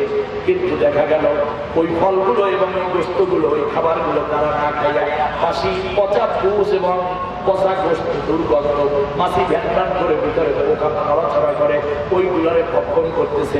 আল্লাহ নবী জিজ্ঞেস করলেন, ও জিবরাইল, এই কপাল পোড়া কারা, এই দুর্ভাগ্যগ্রস্ত নারী পুরুষগুলো কারা? জিবরিল আলাইহিস সালাম বললেন, ইয়া রাসূলুল্লাহ, দুনিয়ায় যে বিবাহিত পুরুষ ঘরের মধ্যে হালাল স্ত্রী থাকার পরেও অন্য নারীর প্রতি লোভ দৃষ্টি ফেলবে এবং জেনা করবে, ওই পুরুষরা জান্নাতে যেতে পারবে না, তাদের জন্য এই পরিণতি অপেক্ষা করছে। আর যেই নারী নিজের স্বামী থাকার পরেও পরকীয়ায় লিপ্ত হবে, তাদের জন্য এই পরিণতি অপেক্ষা করবে। আবার আল্লাহ নবী আরেকটু সামনের দিকে চলে গেলেন, গিয়ে শুনতে পাইলেন একটা যুবকের আর্তনাদ, চিৎকার করতেছে। যুবক যেন আকাশ বাতাস ভারী হয়ে উঠতেছে। আল্লাহ নবী জিজ্ঞেস করলেন, জিবরাইল কি হয়েছে? জিবরিল আলাইহিস সালাম বললেন, ইয়া রাসূলুল্লাহ, এটা হলো সেই যুবক যে দুনিয়ায় বসে জেনার কাছে লিপ্ত হয়েছিল, জেনার কাছে লিপ্ত হয়েছিল। সে বিবাহ বহির্ভূত অন্য নারীর সাথে মেলামেশায় লিপ্ত হয়েছে, জেনা করেছে। রাসূল সাল্লাল্লাহু আলাইহি ওয়াসাল্লাম বললেন, এটা কিভাবে? বলল যে যেই মেয়েকে সে ধর্ষণ করেছে, জেনা ব্যভিচার করেছে যে নারীর সাথে, ওই নারীর আকৃতি আল্লাহ একটা নারী বানিয়েছেন আগুন দিয়ে, আগুন দিয়ে। এই মেয়েটা তাকে জড়াইয়া ধরে, আমার সুযোগ, তুমি আসো, আমাকে পাওয়ার জন্য তুমি পাগল করা ছিলে। কিন্তু ও তো পেছনে পেছনে দৌড়ায়, অনেকগুলো দৌড়ে পালাতে চায়, জানে এটা আগুনের তৈরি, আমাকে শেষ হয়ে যাবো। কিন্তু এই মেয়েটাই বলে, তুমি আমাকে জড়াইয়া ধরতে না, আমাকে পাওয়ার জন্য কত ফোন দিতে রাত্রে রাত্রে, তুমি তো ভুলে গেছো, আসো সুজন, তোমাকে একটু জড়াইয়া ধরি। জড়াই দেওয়ার সাথে সাথে এই ছেলেটা, এই লোকটার সমস্ত শরীর মাথা থেকে পা পর্যন্ত মোমের মতো বলে যায়। আর যখন এই আগুনের নারীটাকে ছেড়ে দেয়, সে আগের মতো আবার মানুষ হয়ে যায়, আবার তাকে জড়াইয়া ধরে। যখনই জড়াইয়া ধরে, তখন তার শরীর, গোটা শরীর ভস্য হয়ে যায়। সেই চিৎকার আওয়াজ আপনার কানে আসতেছে।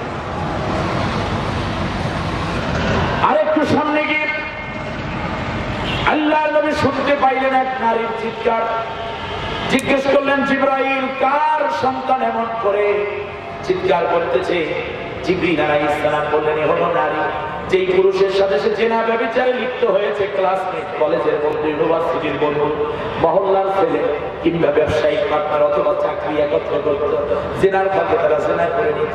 ইয়া রাসূলুল্লাহ, ইয়া হাবিবাল্লাহ, ওই নারীটা ছিল ওই পুরুষের সাথে জেনা করার জন্য বেশি উদ্গ্রীব। এই জন্য ওর আকার দিয়ে একটা পুরুষ তৈরি করা হয়েছে আগুন দিয়ে। ওই পুরুষটাই যখন তাকে জড়াইয়া ধরে তখন যে চিৎকার করে, সেই চিৎকারের আওয়াজ আপনার কানে আসতেছে। আল্লাহ নবী বলেন, ও দুনিয়ার মানুষেরা শোনো, জিনার পরিণাম শোনো। আল্লাহ নবী বলেন, কেউ যদি ঈমানদার হয় তাহলে জিনা করতে পারে না, আর যখন কোনো ব্যক্তি জিনা করে তখন তার ঈমান থাকে না। ঈমান এবং জিনা একেবারে স্পষ্ট হাদিস শরীফের ইবারত। আল্লাহ রাসূল সাল্লাল্লাহু আলাইহি ওয়াসাল্লাম বলেছেন, যখন কোনো মানুষ জিনায় লিপ্ত হয় তখন তার ভেতর থেকে তার ঈমান চলে যায়। ওই ব্যক্তি জিনা করার পরে যদি তওবা করে তাহলে তার হয়তো বা জিনার গুনাহ মাফ হবে, কিন্তু সে যদি নতুন করে কালেমা না পড়ে তাহলে তার ঈমান আল্লাহর কাছে কবুল হবে না। আমার কথা মনে বোঝেন নাই? এর মানে জিনা করার পরে আবার নতুন করে কালেমা পড়তে হবে। এর আগে যদি হজ করে থাকেন, নামাজ পড়ে থাকেন, রোজা রেখে থাকেন, তাহাজ্জুদ করে থাকেন, আগের সবগুলো শেষ। তবে হ্যাঁ, যদি খালেস অন্তরে, আমার বন্ধু, আমার ভাই ইমাম আবু হানিফা রাহিমাহুল্লাহ বলেন, যদি ওই ব্যক্তি জিনাকার হয়, সে নারী হোক কিংবা পুরুষ হোক, সে যদি খালেস অন্তরে তওবা করে তাহলে আল্লাহ তাআলা তার আগের গুনাহগুলো মাফ করবেন না, বরং খাস তওবার কারণে ওই গুনার জায়গাগুলো আল্লাহ তাআলা নেক আমল দিয়ে ভরপুর করবেন। আজকে আমি জানি না এই মজলিসে এত বড় গুনাহগার কেউ রয়েছে কিনা। যদি যৌবনে কখনো কুপ্ররোচনায় শয়তানের ওয়াসওয়াসায় পড়ে জিনার মতো কোনো অঘটন করে থাকে, আজকে খালেস অন্তরে তওবা করার সুযোগ এসেছে। আমরা আখিরি মোনাজাতের আগে এই কাজটা করবো, ইনশাআল্লাহ। বলেন সবাই রাজি? আমার বন্ধুগণ, মহিলা হাদিস, ইসলামের রাষ্ট্র কায়েম হয়ে গেল মদিনায়। আল্লাহ নবীকে বললেন, ইয়া রাসূলুল্লাহ, আমাদের সঙ্গে সার করে দেন। আল্লাহ নবী বললেন, মহিলা, তোমাকে আমি কোনো শাস্তি দেব না, এখন ইরজিয়ে, চলে যাও, এখান থেকে সরে যাও, তোমার বাড়িতে তুমি চলে যাও। বললে, ইয়া রাসূলুল্লাহ, কেন? বলল যে, শোনো, আমি এখন যদি আমি তোমার উপরে আল্লাহর হক জারি করে দেই তাহলে যেই অসুবিধাটা হবে, তাহলে তোমার পেটের বাচ্চাটা মারা যাবে। কি হবে বলে?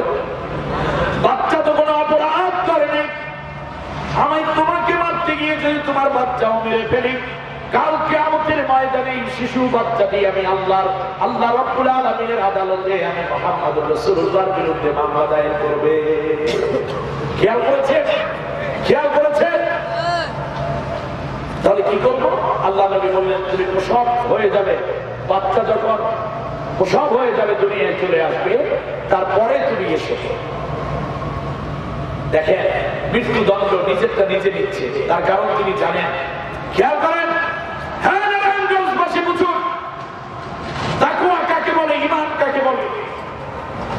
মহিলা বুঝতে পেরেছে আল্লাহর কোরআনের মধ্যে জিনাকারীদের জন্য, জিনাকারীদের জন্য জাহান্নাম নির্ধারিত, যেহেতু সুতরাং দুনিয়ায় যদি আমার বিচারটা হয়ে যায় তাহলে পরকালে আর কোনো বিচার হবে না।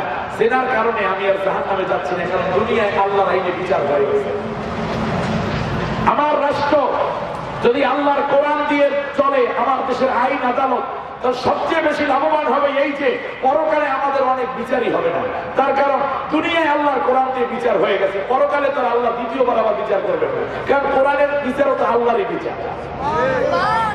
সুতরাং আল্লাহর কোরআনের শাসন কায়েমের জন্য আমাদের কাজ করা অপরিহার্য, ঈমানের নিশ্চিত দাবি। ঠিক কিনা বলে? আমার বন্ধুগণ, মহিলার পিছনে কি কোনো জামিনদার ছিল?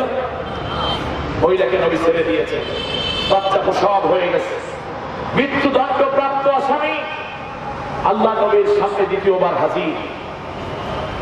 সন্তান প্রসবের 11 দিনের মাথায় হাদিস শরীফে এসেছে, আল্লাহ নবী বললেন, মহিলা, তোমাকে আমি বিচার করতে পারবো না, তার কারণ তোমার এই শিশু বাচ্চার দুধের ব্যবস্থা আল্লাহ রাব্বুল আলামিন তোমার ভিতরে রেখে দিয়েছে। তোমাকে যদি এখন সঙ্গে সার করে দেই তাহলে যে অবস্থাটা হবে তা হলো এই যে ওই শিশু বাচ্চাটা তার হক থেকে মাহরুম হয়ে যাবে, মায়ের দুধ খাওয়া থেকে বঞ্চিত হয়ে যাবে। এই জন্য এই শিশুটা কিয়ামতের দিন আল্লাহ রাব্বুল আলামিনের কাছে মামলা দায়ের করার সুযোগ পেয়ে যাবে। আমি কিয়ামতের দিন এই শিশু বাচ্চার মামলার আসামি হতে চাই না। একটা জিনাকারিনী, হে বাংলার মুসলমান শোনো, একটা জিনাকারিনী, একটা জারজ সন্তান, জারজ সন্তান নবী দেখেন, নবী দেখেছেন আল্লাহর এক বান্দা, ঠিক কিনা বলেন? তার অধিকার হচ্ছে মায়ের দুধ পান করা। এই জন্য মাকে ছেড়ে দিলেন, অথচ তাকে সঙ্গে সার করা কর্তব্য। আর শুধুমাত্র আল্লাহর কোরআনের দাস, কোরআনের বৈঠকে পাওয়ার অপরাধে 5 মাস বয়স বাচ্চা মাকে রিমান্ড দেওয়া হয়েছে, বাচ্চাকে আলাদা করে ফেলা হয়েছে। যে পুলিশ যারাই এই কাজের সাথে জড়িত, এই বাচ্চাকে আমাদের দিন যদি এদের বিরুদ্ধে মামলা করে, আল্লাহ আমার মায়ের কি অপরাধ ছিল, আল্লাহ আমি কেন 5 দিন আমার মায়ের দুধ পান করতে পারি নাই, কালকে আমাদের দিন তোমাকে আল্লাহর কাছে জবাব দিতে হবে।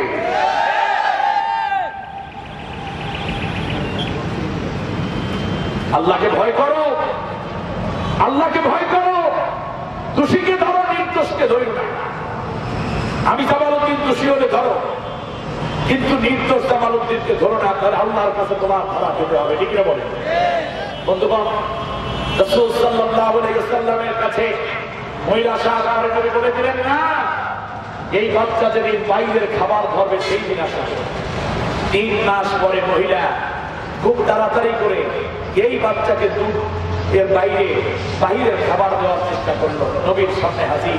খেয়াল করুন, আল্লাহ নবী বসে আছেন মসজিদে নববীর বারান্দায়। মহিলা এসে বলল, ইয়া রাসূলুল্লাহ, আমার বাচ্চা এখন বাইরের খাবার খায়। দেখেন হাতের মধ্যে রুটি, আর এক হাতের মধ্যে 2টা খেজুর। বিশ্বনবী মুহাম্মদুর রাসূলুল্লাহ সাল্লাল্লাহু আলাইহি ওয়াসাল্লাম দাঁড়ায়া মহিলার হাত থেকে শিশু বাচ্চাটাকে কোলের মধ্যে আনলেন। শ্রেষ্ঠ মানব তাকে কয় বছর মাতৃসদনে তাকে দিয়ে দেয়া হলো। এবার কোমর পর্যন্ত গেলে মহিলাকে সঙ্গে সার করা হলো। কয়বার আসলো মহিলা? 3 বার। পিছনে কোনো গোয়েন্দা আছে, হাসিনার কোনো ডেট আছে? মহিলা কোনোদিন না আসলে নবী হয়তো খুঁজতে যেতেন না। কিন্তু দেখুন ইতিহাসে কারণ মহিলা জানে জেনা করার পরিণতি হচ্ছে জাহান্নাম। সুতরাং দুনিয়ায় শাস্তি হয়ে গেলে পরকালে অনন্তকাল জাহান্নামে জ্বলা লাগবে না। তো ইমানের অনুভূতি এক পর্যায়ে যেমনটা করা দরকার তাই করলেন। পাথর মারা হলো 4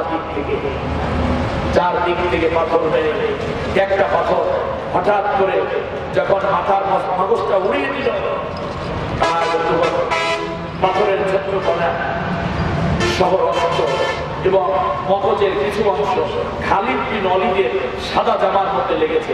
খালিদ বিন ওলীদ এভাবে জামাটাকে ধরলো এবং বলতেছে, সি সি সি, একটা জেনাকারীর রক্ত। আল্লাহ নবী বললেন, খালিদ দাঁড়াও। খালিদ বিন ওলীদ দাঁড়িয়ে গেলেন।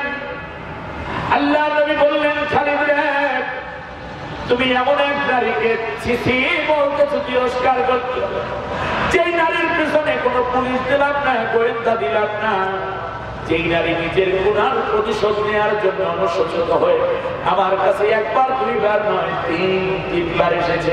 আজকে মহিলা তার কলিজার টুকরা শিশু সন্তানকে রেখে দিয়ে আজকে নিজের শাস্তি নিজে ভোগ করতে যাচ্ছে।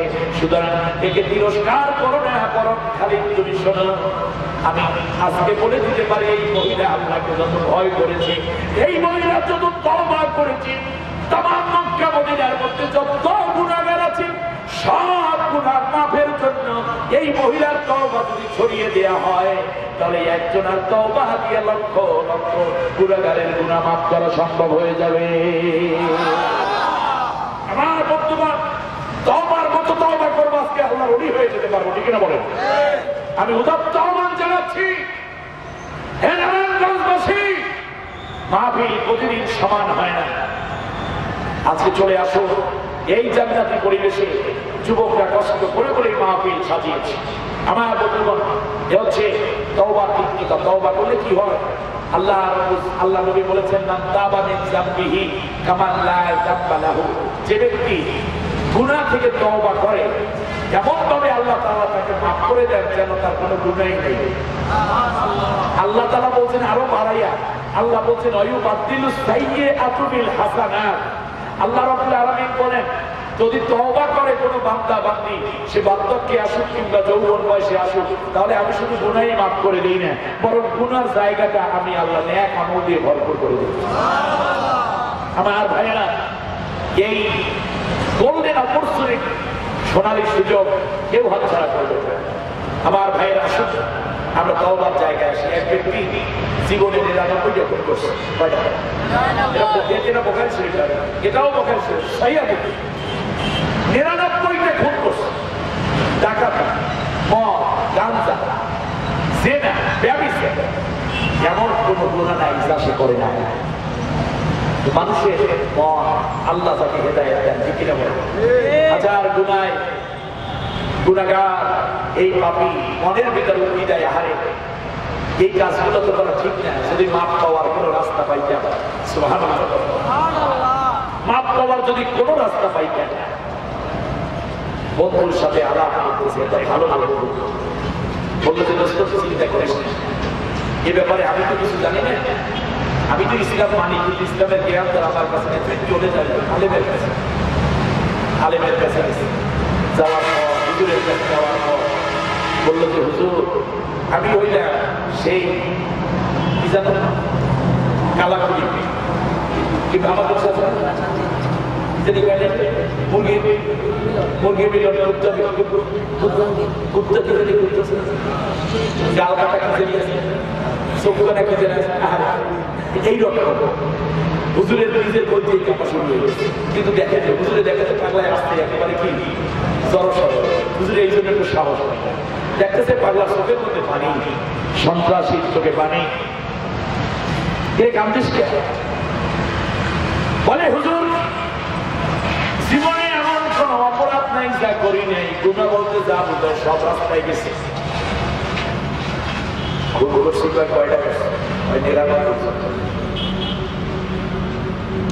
আমি কি মাপ পাবো?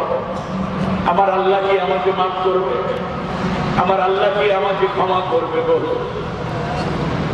হুজুর শুধু গুনার জন্য রাগ জানেন, কিন্তু আল্লাহর কত দয়া সেই পৃষ্ঠায় হুজুরে যায়নি।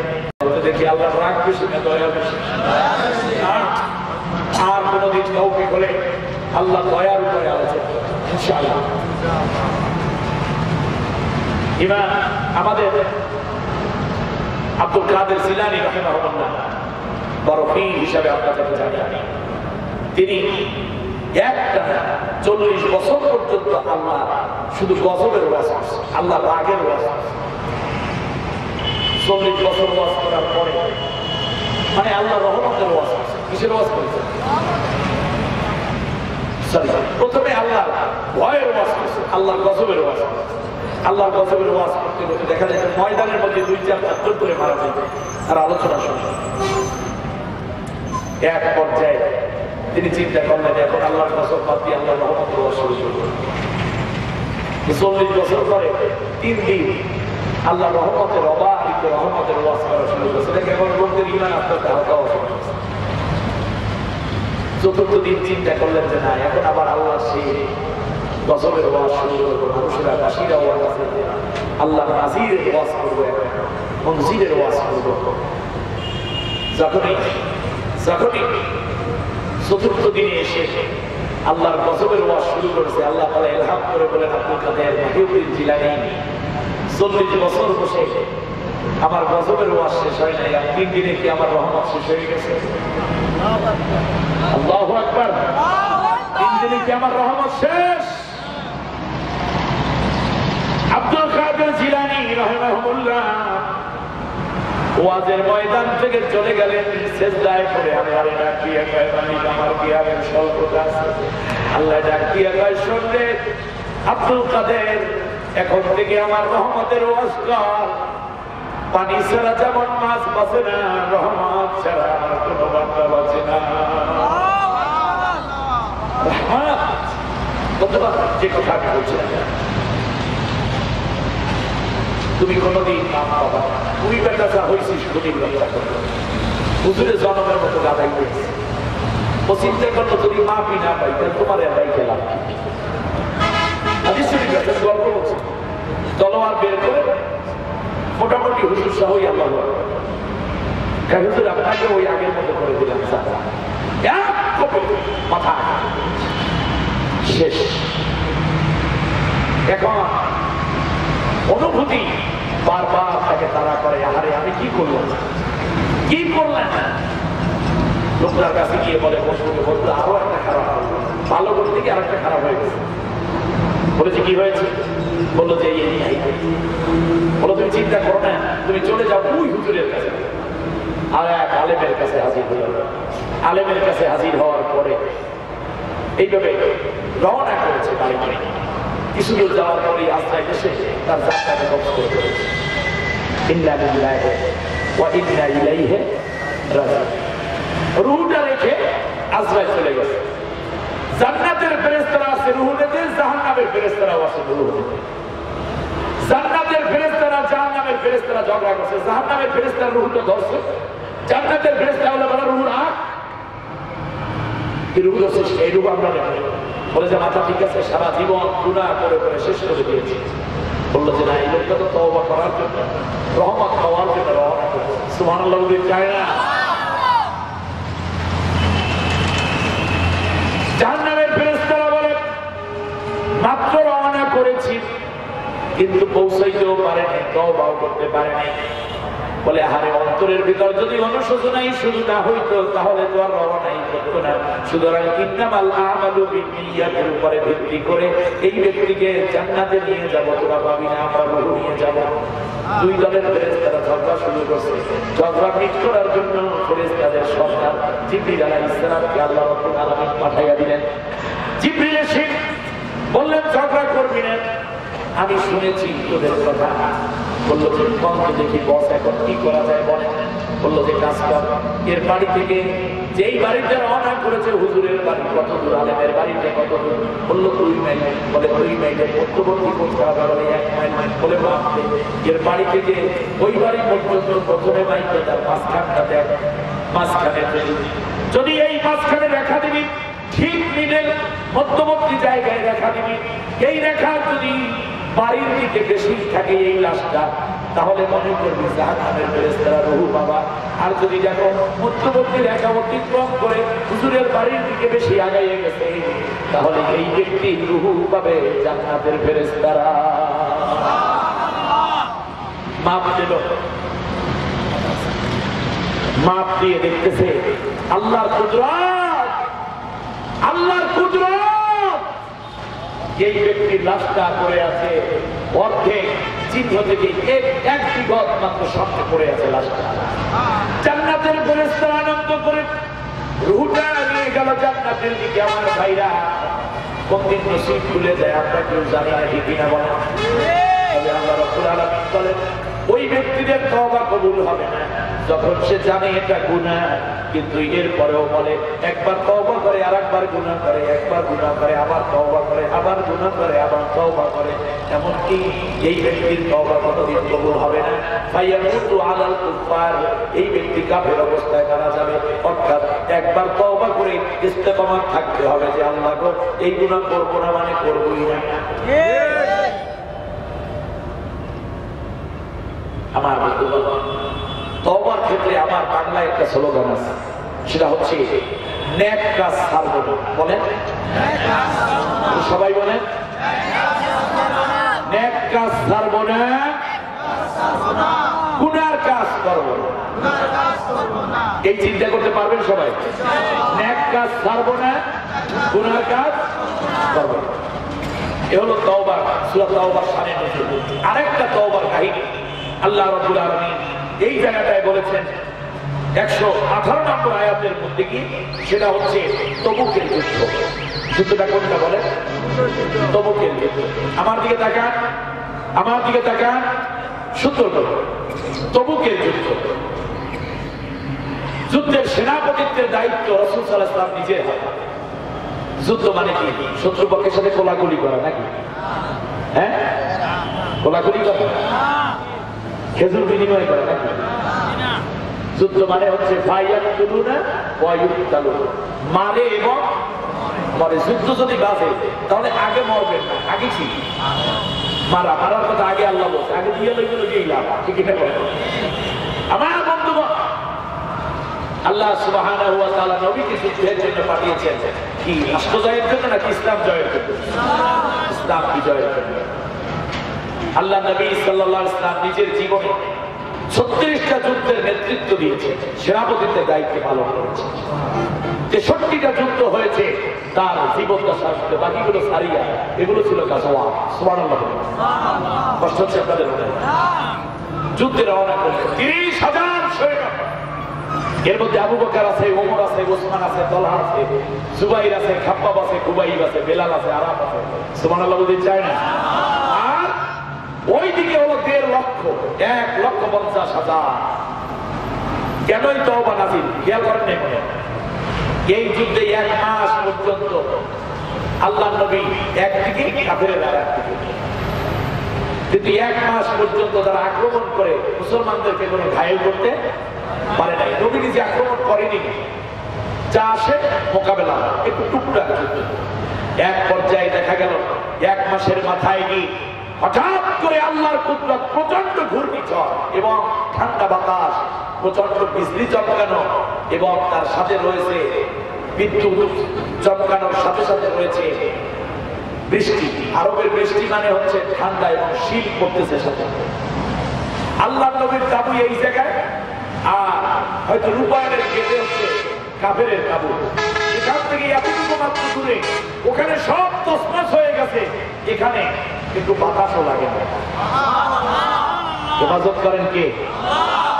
কে? আবার ওই নবী উহুদের ময়দানে দান শহীদ হয়, বেহুশ হয়ে পড়ে, ঠিক না বলে? আল্লাহ বুঝাইয়া দিছে, কখনো যুদ্ধ ছাড়াই বিজয় দেয়, আর কখনো আমি আল্লাহ যুদ্ধের ময়দানে প্রয়োজনে শহীদ হওয়ার প্রশ্ন থাকতে পারে, ঠিক না বলে? বন্ধুরা আমার, সাহাবীদের মধ্য থেকে যাদের নবী রিক্রুট করলেন, তাদের মধ্য থেকে 1 নম্বর হচ্ছে মুনাফিকরা যায় না।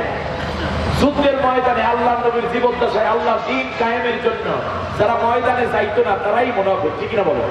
তারাই কি নাকি নামাজে শুধু যাইতো না তারা মুনাফিক? না, আল্লাহ নবী নিজেও মুনাফিক চেনে নাই নামাজ দিয়ে। আব্দুল্লাহ বিন উবাই যে মুনাফিক, এটা চেনেছে উহুদের যুদ্ধের সময়, ঠিক না বলো? অতএব মুনাফিক চেনার জায়গায় একটাই, সেটা নামাজও না, রোজাও না, দাড়িও না, টুপিও না, জিকিরও না, মুরাকাবা মুশাহিদাও না। চেনার জায়গায় একটাই, কে আল্লাহর কোরআনের পথে নিজে বেরিয়ে পড়েছে, আর কে কোরআন বিজয় না করে বরং ঘরের মধ্যে বইয়া তাসবিহ তাহলিল নিয়ে ব্যস্ত। 3টা শ্রেণী হয়। যারা কোরআনের পথে সরাসরি চলে যায় তারা হয়ে যায় ইমানদার, যারা যায় না তারা মুনাফিক, আর যারা দ্বীনের বিরোধিতা করে তারা কি? কাফের। ক্লিয়ার কথা? এবার খেয়াল করে দেখুন অবস্থা কেমন হয়ে গেল। রাসূল সাল্লাল্লাহু আলাইহি ওয়াসাল্লাম 1 মাস পরে চলে আসলেন। আল্লাহু আকবার করেন। আল্লাহ নবী 30,000 সৈন্য নিয়ে মসজিদে নববীর চত্বরে জড়ো হয়ে গেলেন। জড়ো হওয়ার সাথে সাথে নবী বললেন না যার যার ঘরে যাও, বরং আল্লাহ নবী সাল্লাল্লাহু আলাইহি ওয়াসাল্লাম কয়েকজন সাহাবী দিয়ে ঘোর শহর করে দিলেন। আরবের মধ্যে মদিনার ঘরে ঘরে আওয়াজ চলে গেছে, ও নবীর সাহাবীর স্ত্রীরা রে, তোমাদের স্বামীরা ফিরে এসেছে, নিজের মতো করে সুন্দর করে নিজেকে গুছগাছ করো। তার কারণে 1 মাস পরে আল্লাহর দ্বীনের মুজাহিদরা বাড়িতে ফিরে আসবে। হঠাৎ করে ঘরের মধ্যে ঢুকে যদি দেখে স্ত্রীর চুল এলোমেলো, স্ত্রীর শরীরের মধ্যে কাপড় চোপড়ের মধ্যে ময়লা, কিংবা বাচ্চাগুলো এলোমেলো হয়ে আছে, কিংবা ঘরগুলো অগোছালো, তাহলে দেখতে ভালো লাগবে না। এই সাহাবীর অন্তরের মধ্যে শান্তি আসবে না, তৃপ্তি আসবে না। এই জন্য আল্লাহর নবী আগে বললেন, তোমরা সবাই রেডি হয়ে যাও, কারণ প্রত্যেকের স্বামীর আসতেছে, সাজুগুজু করো। সুবহানাল্লাহ বলতে চায় না? নবীর রুচি দেখেন। অতএব আপনাদেরকেও বলবো, যদি দূর থেকে আসেন সফর শেষে, তাহলে চট করে ঘরের মধ্যে প্রবেশ করবেন না, বরং এখন যেহেতু মোবাইলের যুগ, কমপক্ষে ভাবিকে আগে একটু ফোন করবেন, চাচিমাকে, খালাম্মাকে আগে একটু ফোন করে বলবেন, এই আমি কিন্তু আসতেছি, রাত 12টা হবে পৌঁছতে, সন্ধ্যে 6টায় ফোন দেবেন। তাহলে দেখবেন ঘর সে টিপটাপ করে রাখবে, সব কিছু গুছগাছ করে রাখবে। এটা নবীর সুন্নাত। জোরে বলেন, এটা কি নবীর সুন্নাত? অতএব এ কথা বলার সুযোগ নাই যে তোমার সারপ্রাইজ দেবো, তো এই জন্য শরীফতে নিয়ে এসে বসে এটা বরং আগে জানাবে। আর এর দ্বারা আল্লাহ নবী আরো বুঝিয়ে দিয়েছেন যে হে আমার নারীরা, হে আমার কওমের নারীরা, আমার উম্মত নারীরা, তোমরা শোনো, যদি তোমার স্বামী আসবে শোনো, তাহলে তুমি ওই আগের মতো ব্যাপলা বিবি ওই বসে দেখে ব্যাপলা বিবি বুঝে লাউ ওই আগের মতো না, একটু বিরাজ টিরাজ কর ভালো করি না, নিজে একটু ছোট বলবেন না, ঘরের মধ্যে ভালো শাড়ি আছে, সব সুকেজের মধ্যে গাঠি বেঁধে রাখছে, একটু নিজে একটু পরিপাটি হওয়া, নিজের গায়ে একটু সুগন্ধি মাখা। আল্লাহ নবী সাল্লাল্লাহু আলাইহি ওয়াসাল্লাম বলেন স্বামীকে সন্তুষ্ট করার জন্য, শোনেন না, স্বামীকে সন্তুষ্ট করার জন্য কোন নারী যদি সাজুগুজু করে, তাহলে আল্লাহর ঘর তোয়াব করলে যে সওয়াব আসে, স্বামীকে সন্তুষ্ট করার জন্য সেই সময়টাকে আল্লাহ তাআলা তোয়াবের মর্যাদার সমান সওয়াব দিয়ে ভরপুর করে দেয়। খালি স্বামীর জন্য ভাব করলে আর কোনো কাম নেই। আলনাটা অবশ্যই একটু গুছিয়ে দেন, রূপটার মধ্যে একটু এয়ার ফ্রেশ দেন, হ্যাঁ, তারপরে একটু ভালো করে স্বামীর জন্য আগে একটু শরবত টরবত বানিয়ে রাখেন। যদি চৈত্র মাসের দিন হয় আগে একটু তরমুজ কেটে ফ্রিজের মধ্যে রেখে দেন না, একটু ঠান্ডা ঠান্ডাও লাগবে, শরবত গোলাই আগে নর্মাল ঠান্ডাটার মধ্যে রেখে দেন, আসার সাথে যদি স্বামীর এক গ্লাস শরবত দেন, সারা জীবনের ক্লান্তি দূর হয়ে যাবে। এটাতে ইবাদত, এটা বুঝতে হবে, এটাও কি এক প্রকার, যদি বলেন এটাও কি। এবার আমি তো ওই লাইনে আজকে কথা বলতে পারবো না, আমি যতটুকু ভাগে পারি অতটুকু বলে বলে যাচ্ছি। স্ত্রীরা সেজেছে, কোন কোন স্ত্রী, কারো কারো সন্তানরা চলে এসেছে মসজিদে নববীর চত্বরে। আল্লাহর নবীর কাছে মুনাফিকরা এসে বলল, ইয়া রাসূলুল্লাহ, আমার হাঁটুর মধ্যে গ্যাস্ট্রিক হয়েছিল, মাথার মধ্যে রক্ত উঠে গেছে, কানের মধ্যে সিনসিন করছে, পেটের মধ্যে সিনসিন করছে, এর মানে বাসে বসে বলেন আল্লাহ দ্বীন কায়েমের ডাক আসলে কোন অজুহাত নাই, যা কিছু আছে তাই নিয়ে ময়দানে প্রস্তুত হয়ে ঝাঁপিয়ে পড়ার নামে না। বন্ধুরা, যে কথা বলছিলাম, হযরতে রাসূল সাল্লাল্লাহু আলাইহি ওয়াসাল্লাম মুনাফিকদেরকে বললেন, তোমাদের ব্যাপারে আমার কোনো কথা নাই, তার কারণ যুদ্ধ আমি খরচ করিনি, খরচ করেছেন কে? আল্লাহ। সুতরাং আল্লাহর কাছে বলো। মুনাফিকরা মনে করেছে ওই নবী বলছে না, ওই হয়ে গেছে। কিন্তু তিনজন সাহাবী, শুনো, কান খাড়া করে শুনো, একজনের নাম কাব বিন মালিক, আর একজনের নাম হিলাল ইবনে উমাইয়া, আর একজনের নাম মারারা ইবনে রবি রাদিয়াল্লাহু আনহু। কয়জন হলো বলেন? আমি জামালউদ্দিন বানাইয়া কথা বলি না। আপনি চলে যান বুখারী শরীফের দ্বিতীয় খণ্ড জিলদে সানি কিতাবুত তাফাসিরের মধ্যে চলে যান, সেই জায়গার মধ্যে সূরা তাওবার তাফসীর আছে, ওই তাফসীরের মধ্যেও গিয়ে এই ঘটনা আপনি খুঁজে পাবেন। কিতাবের নাম কি? বুখারী শরীফ কিতাবুত তাফাসির জিলদে সানি। আমার ভাইরা, দেখা গেল আল্লাহর নবীর কাছে তিনজন সাহাবী বুঝতে পেরেছে আমরা যে যাই নাই, যুদ্ধের ময়দানে যাই নাই, এর দ্বারা আমরা মূলত ঈমানদার রইতে পারি না, আমরা মুনাফিক হয়ে গেছি। আর মুনাফিকরা জান্নাতে যাবে নাকি জাহান্নামে যাবে? ইন্নাল মুনাফিকিনা ফিদ দারকিল আসফালি মিনান নার, মুনাফিকরা যাবে জাহান্নামে। এই তিন সাহাবী আল্লাহ নবীর সামনে চোখের পানি ছেড়ে দিয়ে বললেন, ইয়া রাসূলুল্লাহ, আমাকে মাফ করে দেন। তার কারণ হচ্ছে আমরা ইচ্ছে করেই যাই নাই, আমাদের কোনো অজুহাত ছিল না, আমরা এমনিতেই যাই নাই, মৌলিক কোনো কারণ ছিল। নবী নিজে যায় জিহাদের ময়দানে, আবু বকর যায় জিহাদের ময়দানে, ওমর যায় জিহাদের ময়দানে, কারণ জিহাদের ময়দানে না গেলে ঈমান আছে যে প্রমাণ পেলে না। এই তিন সাহাবী বুঝতে পেরেছে, এই জন্য বললেন, ইয়া রাসূলুল্লাহ, আমরা মুনাফিকের পাল্লায় পড়ে জিহাদের ময়দানে যাই নাই, তবুকের যুদ্ধে যাই নাই, আমাদেরকে মাফ করে দেন। আল্লাহর নবী বললেন, আমার তিনজন সাহাবী, তোমরা যেইভাবে কান্নাকাটা করতেছো, এতেও আমার কোনো হাত নাই, কোনো কাজ নাই। মনে রেখো, আল্লাহ রাব্বুল আলামিন যদি তোমাদেরকে মাফ না করেন, আমি কোনোদিন তোমাদেরকে মাফ করতে পারবো না। কারণ ইকামতে দ্বীনের কাজ, আল্লাহর কোরআনের হুকুমাত জমিনে কাজ করার কারণ হইতে গিয়ে যদি কাফেরের মোকাবেলা করতে হয়, যুদ্ধের মোকাবেলাও যদি করতে হয়, এই যুদ্ধে যাওয়া আমি মুহাম্মদুর রাসূলুল্লাহর অর্ডার না, বরং আল্লাহ রাব্বুল আলামিনের অর্ডার।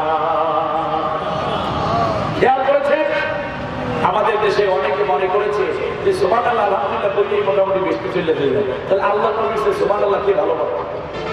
আবু বকর সে আলহামদুলিল্লাহ কে বেশি ভালো বলতে পারতো, ওমরের সে আল্লাহু আকবার কে বেশি ভালো বলতে পারতো? তারাই মাইতে জিহাদের ময়দানে যায়, তারাই জীবন দেয়, রক্ত দেয়। হামজার মতো বড় তাকওয়াবান কে আছে? আরে তাকওয়া বোঝার জন্যই তো যাইতে হয় ময়দানে। মসজিদের মধ্যে বসে তাকওয়া বোঝা যায় না, তাকওয়া বোঝার জায়গায় যাওয়া। আপনি পালাইয়া যান নাকি আল্লাহর কোরআনের পতাকা ধরে রাখেন? এই জন্য সাহাবীরা পরীক্ষা দিয়েছে, ঠিক না বলেন? আমার বন্ধুগণ, যে জায়গাটায় আমি কথা বলতে চাই, আল্লাহ নবী বললেন তোমাদের ব্যাপারে আমার কোনো সিদ্ধান্ত নাই, সিদ্ধান্ত দেবেন কে? আল্লাহ। খেয়াল করুন কত বড় কথা। এই তিনজন চলে যাচ্ছে। ফাকানা নবী সাল্লাল্লাহু আলাইহি ওয়াসাল্লাম হামিদাল্লাহু আলাইহি,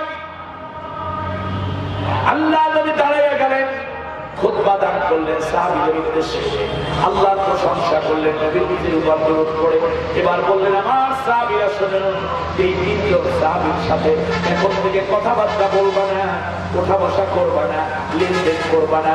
তারা সালাম দেবে তোমরা সালামের জবাব দেবা না, এমনকি তোমরা কেউ ওই তিনজনকে সালাম দেবা না। আমার কথা বুঝতেছেন? একটুও কি বুঝতেছেন? বলেন তো দেখি, এই কাব বিন মালিক, হিলাল ইবনে উমাইয়া, বারারা ইবনে রবি, এই তিন জোড়া দর্শিল কি নামাজ পড়ে নাই? দাড়ি কামাইতে, বড় পাঞ্জাবি না, শার্ট গায়ে দিত। নামাজ ছিল নবীর মসজিদে, নবীর পেছনে। রোজা ছিল নবীর সাথে ইফতার, নবীর সাথে সাহারি। ইতিকাফ ছিল মসজিদে নববীতে, নবীর সাথে। কিন্তু একটা জিনিস ছিল না, সেটা হলো আল্লাহর দ্বীন কায়েমের জন্য ময়দানে যায় নাই। তা আল্লাহর দ্বীন কায়েমের জন্য ময়দানে না যাওয়ার কারণে নবী বলেন এদের সাথে সালাম কালাম বন্ধ।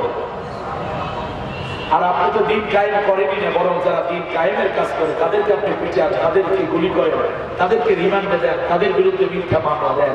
এরপর আপনি নিজের ইমানদার মনে করেন, এরপর বেসতে চাইবেন কে? মামু বাড়ির হাম গাছ না, জাকি দিলেই বল। কথা বললে ভালো, না বললে আরো ভালো। আমার বলা দরকার বলে যাচ্ছে। খেয়াল করো, খেয়াল করো, হিলাল ইবনে উমাইয়ার বয়স 72 বছর। কত? 72 বছরের বৃদ্ধ মানুষ। কাব বিন মালিকের স্ত্রী এই মজলিসের মধ্যেই ছিলেন। কাব বিন মালিকের স্ত্রী, কাব বিন মালিকের 3টা সন্তান ছিল। একটার বয়স 7 বছর, আর একটার 5, আর একটার বয়স 3 বছর। কাব বিন মালিকের স্ত্রী দৌড়ে বাড়িতে চলে গেলেন। স্ত্রী দিয়ে যখন দরজা লাগাইয়া দিলেন, একটু পরে কাব বিন মালিক হাজির। দরজার মধ্যে নক করছে, সালাম দিল। স্ত্রী সালামের কোনো জবাব দেয় না। দরজার পাশে কাব বলতেছে দরজা খুলো, প্রাণের স্ত্রী। স্ত্রী দরজা না খুলে বলতেছে স্বামী আমার, আমি আপনার স্ত্রী। আপনি শুনেছেন কিনা জানি না, আপনাকে আমি শুনাইয়া দিই। আল্লাহ রাসূল বলেছেন আপনার সাথে কেউ যেন কথাবার্তা না বলে, কোনো সালাম কালাম না দেয়, লেনদেন যেন না করে। শুধু তবু যুদ্ধে যায় নাই, বিরোধিতা তো করে, নবীর বিরোধিতা করেছে, কাফেরের সাথে আঘাত করেছে, তাও শুধু যায় নাই। সেই কারণে নবী নিজেও কথা বন্ধ করে দিলেন, সব সাহাবীদেরকে কথা বন্ধ করাইয়া দিলেন। আর আপনি যুদ্ধের ময়দান আল্লাহর কোরআনের দ্বীন কায়েমের প্রতিষ্ঠান কাফেররা তো শামিলই না, বরং যারা বিরোধিতা করে তাদের গলায় ফুলের মালা পরান আর পিছনে পিছনে স্লোগান দেন। আপনি জানেন এই লোকগুলো আল্লাহ দ্বীন কায়েমের চরম দুশমনি করে, তাদের সাথে বিয়েগিরি পাতান, তাদের সাথে বন্ধুত্ব পাতান, তাদের সাথে ছবি উঠে ফেসবুকে দেন, কাদের লগে কাঠ দিয়া, এরপরে আবার নামাজ পড়তে যান। আপনি বিশ্বাস করুন আপনার ইমানের দুর্বলতা কত বেশি, এখানে একটু চিন্তা করে দেখেন। বাবু চিন্তা ঘোরা দিয়ে গেলাম। কাব বিন মালিকের স্ত্রী বলছে স্বামী আমার, এটাই আপনার সাথে আমার জীবনের শেষ কথা হতে পারে যদি আল্লাহ পুনরায় অনুমতি না দেন, নবী যদি না বলেন। বলে সে কি? বললো যে আল্লাহ নবী আপনার সাথে সবাইকে কথাবার্তা বলতে নিষেধ করে দিয়েছে। বলে তাই নাকি? কাব বিন মালিকের চেহারাটা লাল হয়ে যাচ্ছে। স্ত্রী ডেকে বললেন স্বামী আমার, আপনি যদি বলেন তাহলে আমি আপনার ঘর ছেড়ে চলে যাব। আপনি যদি ঘরের মধ্যে উঠতে চান তাহলে আমি দরজা খুলে দিই, আপনার ঘর ছেড়ে আমি বাবার বাড়ি চলে যাব। তার কারণ আপনার চাইতে আমি আল্লাহর নবীকে বেশি ভালোবাসি, ইসলামকে বেশি ভালোবাসি, ইমানকে বেশি ভালোবাসি। কাব বিন মালিক বুঝতে পেরেছে আমার অবস্থা কি।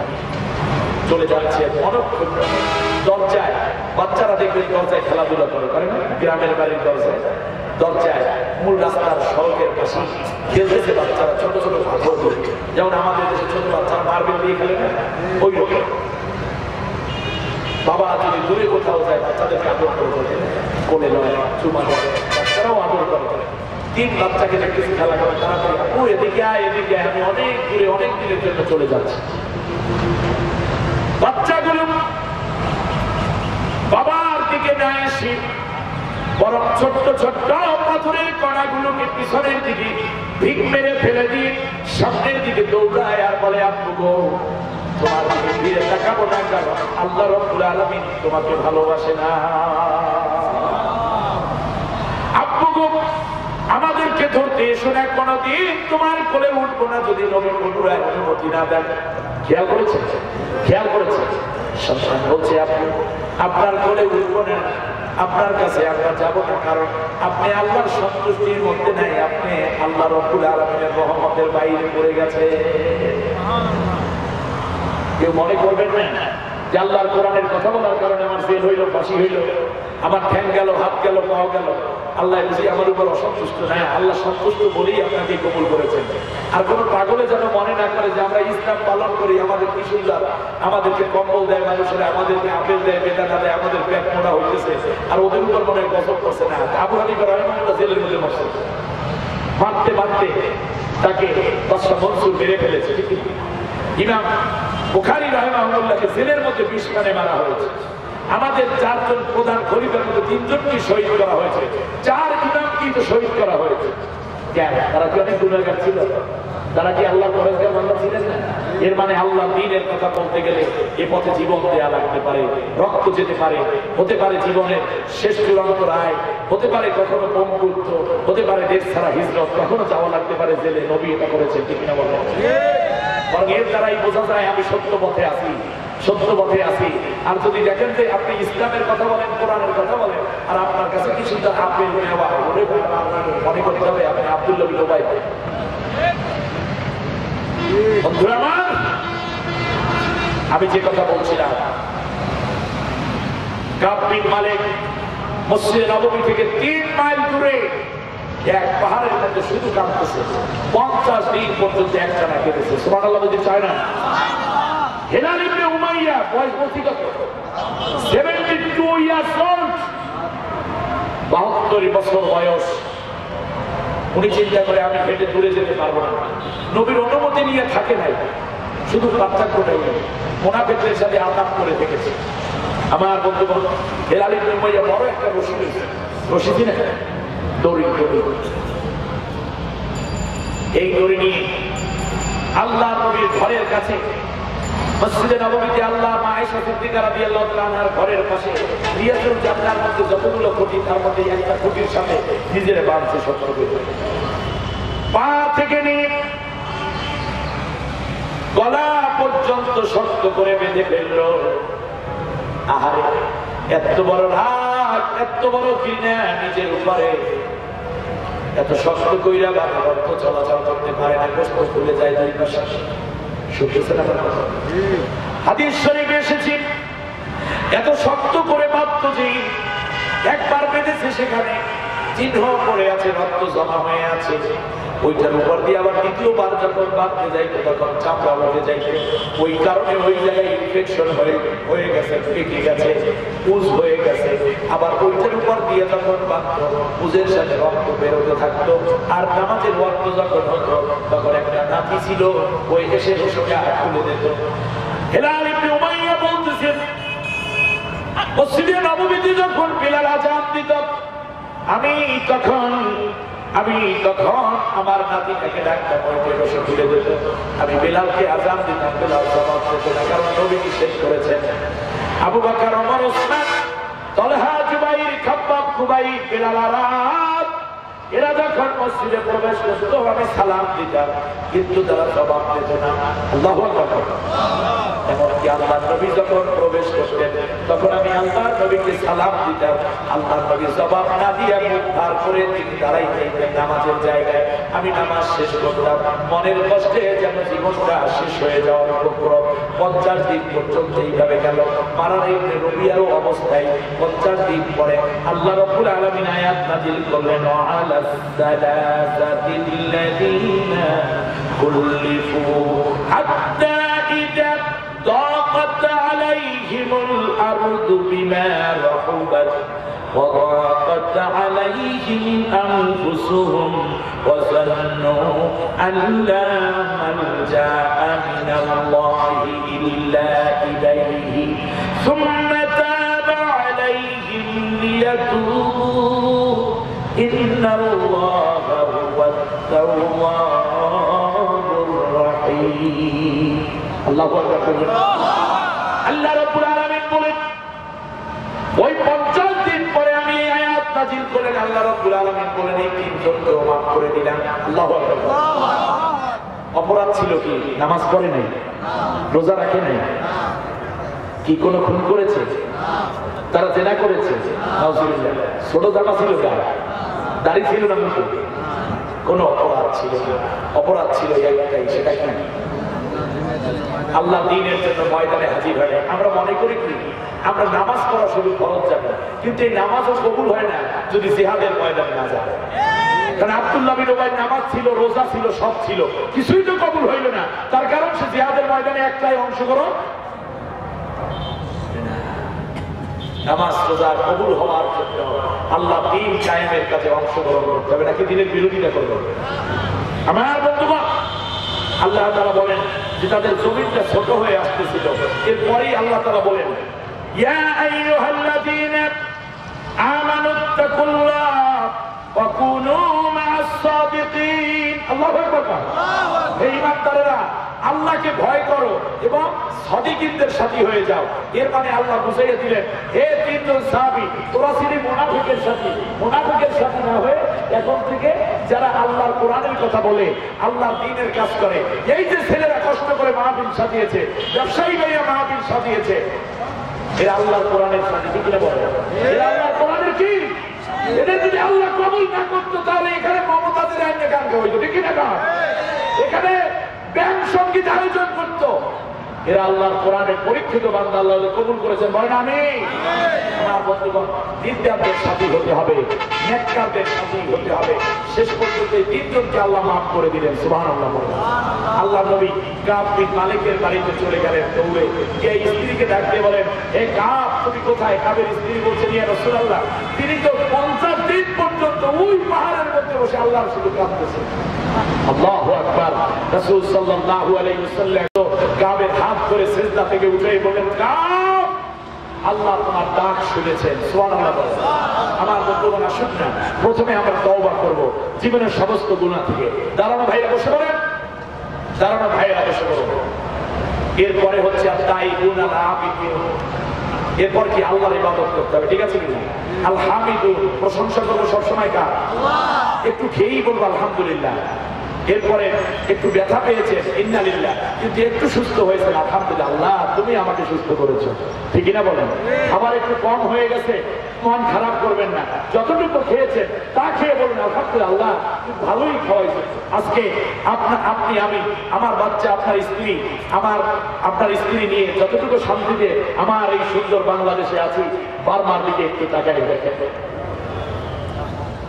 ওদের যে কোটি কোটি ভালো আল্লাহ আমাদের করে রেখেছেন। ঠিক না? সুতরাং আল্লাহ শুকরিয়া আদায় করতে হবে।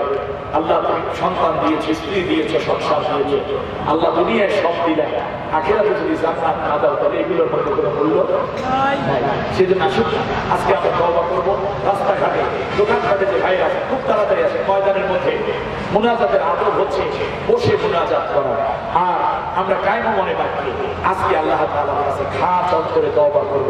আমার বন্ধুগণ, বলেছিলাম খারাপ কাজ করব না, ভালো কাজ। ভালো কাজ কি? নামাজ পড়া কি খারাপ কাজ না ভালো কাজ?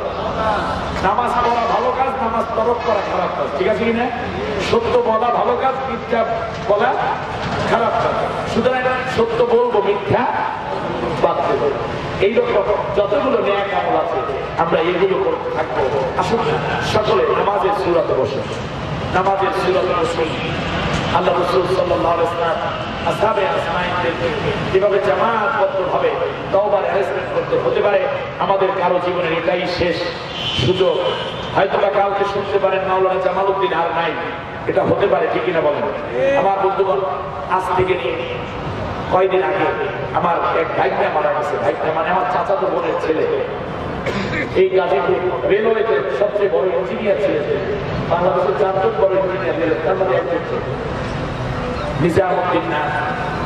রাত্রে ঘুমিয়ে আছে, সকালবেলা স্ত্রী তাকে ডাকতে গেছে, এই উঠে ওঠো, ফজর ওয়াক্ত। একবার আরে কি হলো, তুমি এত ঘুমাও করে ওঠো না? ওঠে কিছুক্ষণ পর আবার স্ত্রীর মশারি হাতে মাথায় হাত দিয়ে ওই কি হলো? সূর্য উঠে যাচ্ছে, নামাজ পড়ব। গায়ে হাত দিয়ে দেখে শরীর শীতল হয়ে গেছে।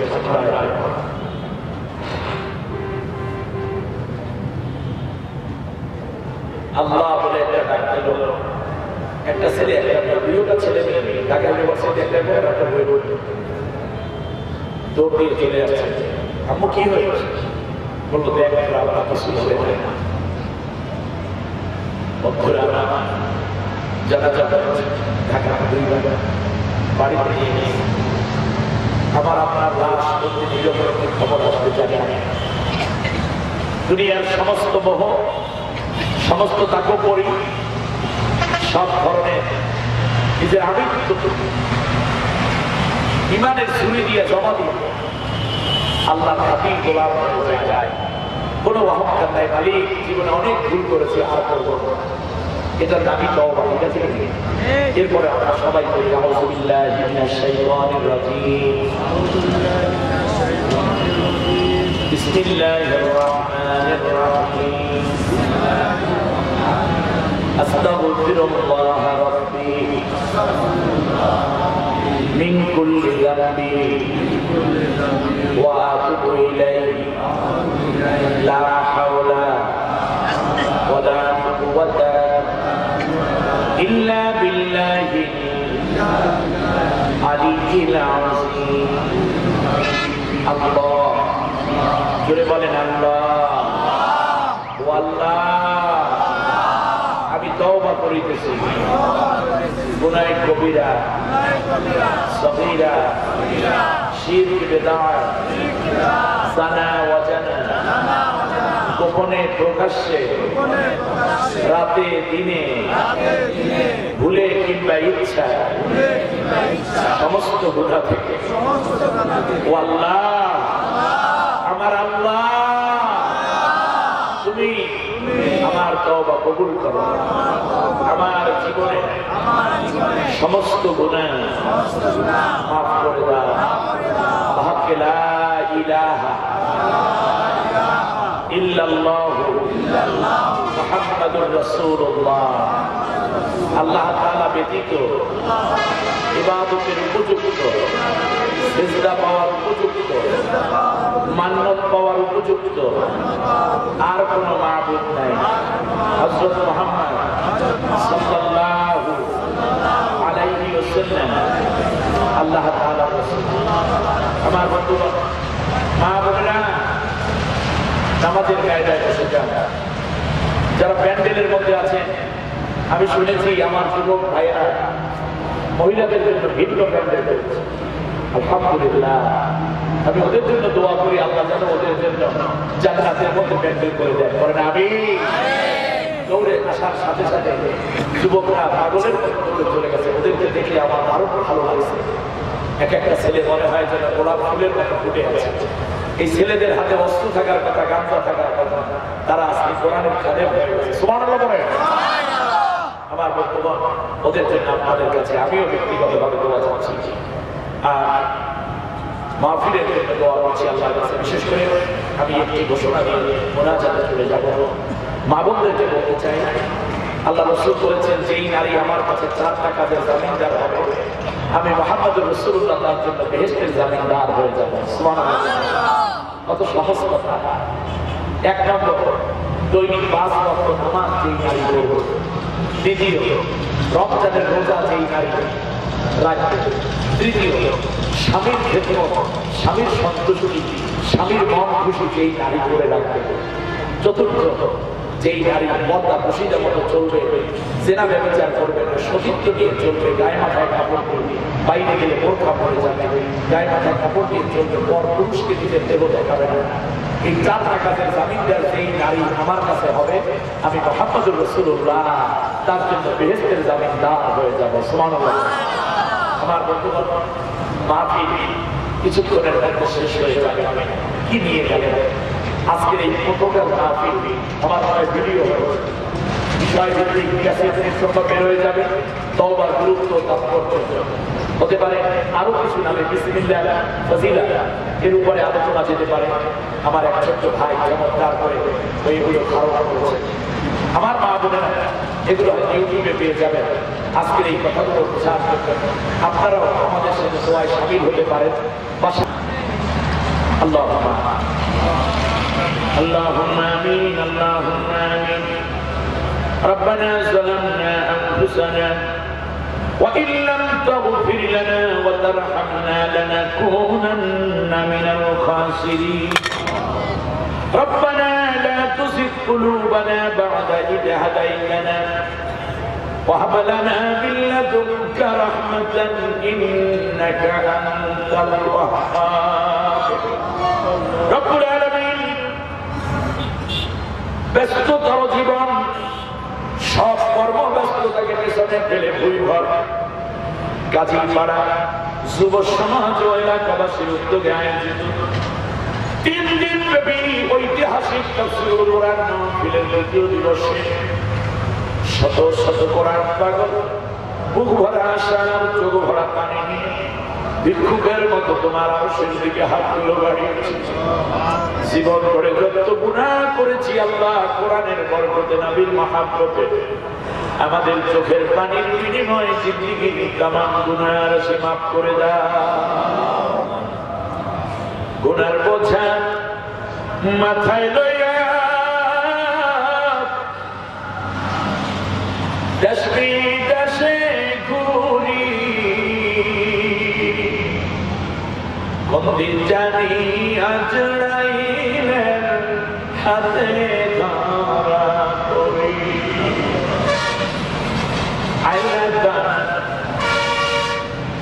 তাকাইয়া দেখো কত যুবকরা হাত পেতে আছে, কত বৃদ্ধ মানুষ হাত পেতেছেন, সামনে কবর ছাড়া কিছু দেখে না। আলেম ওলামারা হাত পেতেছেন। আল্লাহ তাআলা কত হাফেজ সাহেবান আছেন, আলেমের মা বাবা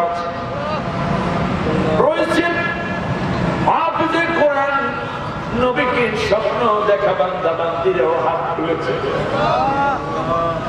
আল্লাহ তার চোখের পানি দেখলে তোর বেশি মায়া লাগে। যার কান্নার ফোঁপানো আওয়াজ তোমার আরশ পর্যন্ত গিয়ে ধাক্কা খায়, তাদের হাতের বদৌলতে আমাদের সকলের মুনাজাত কবুল করে না।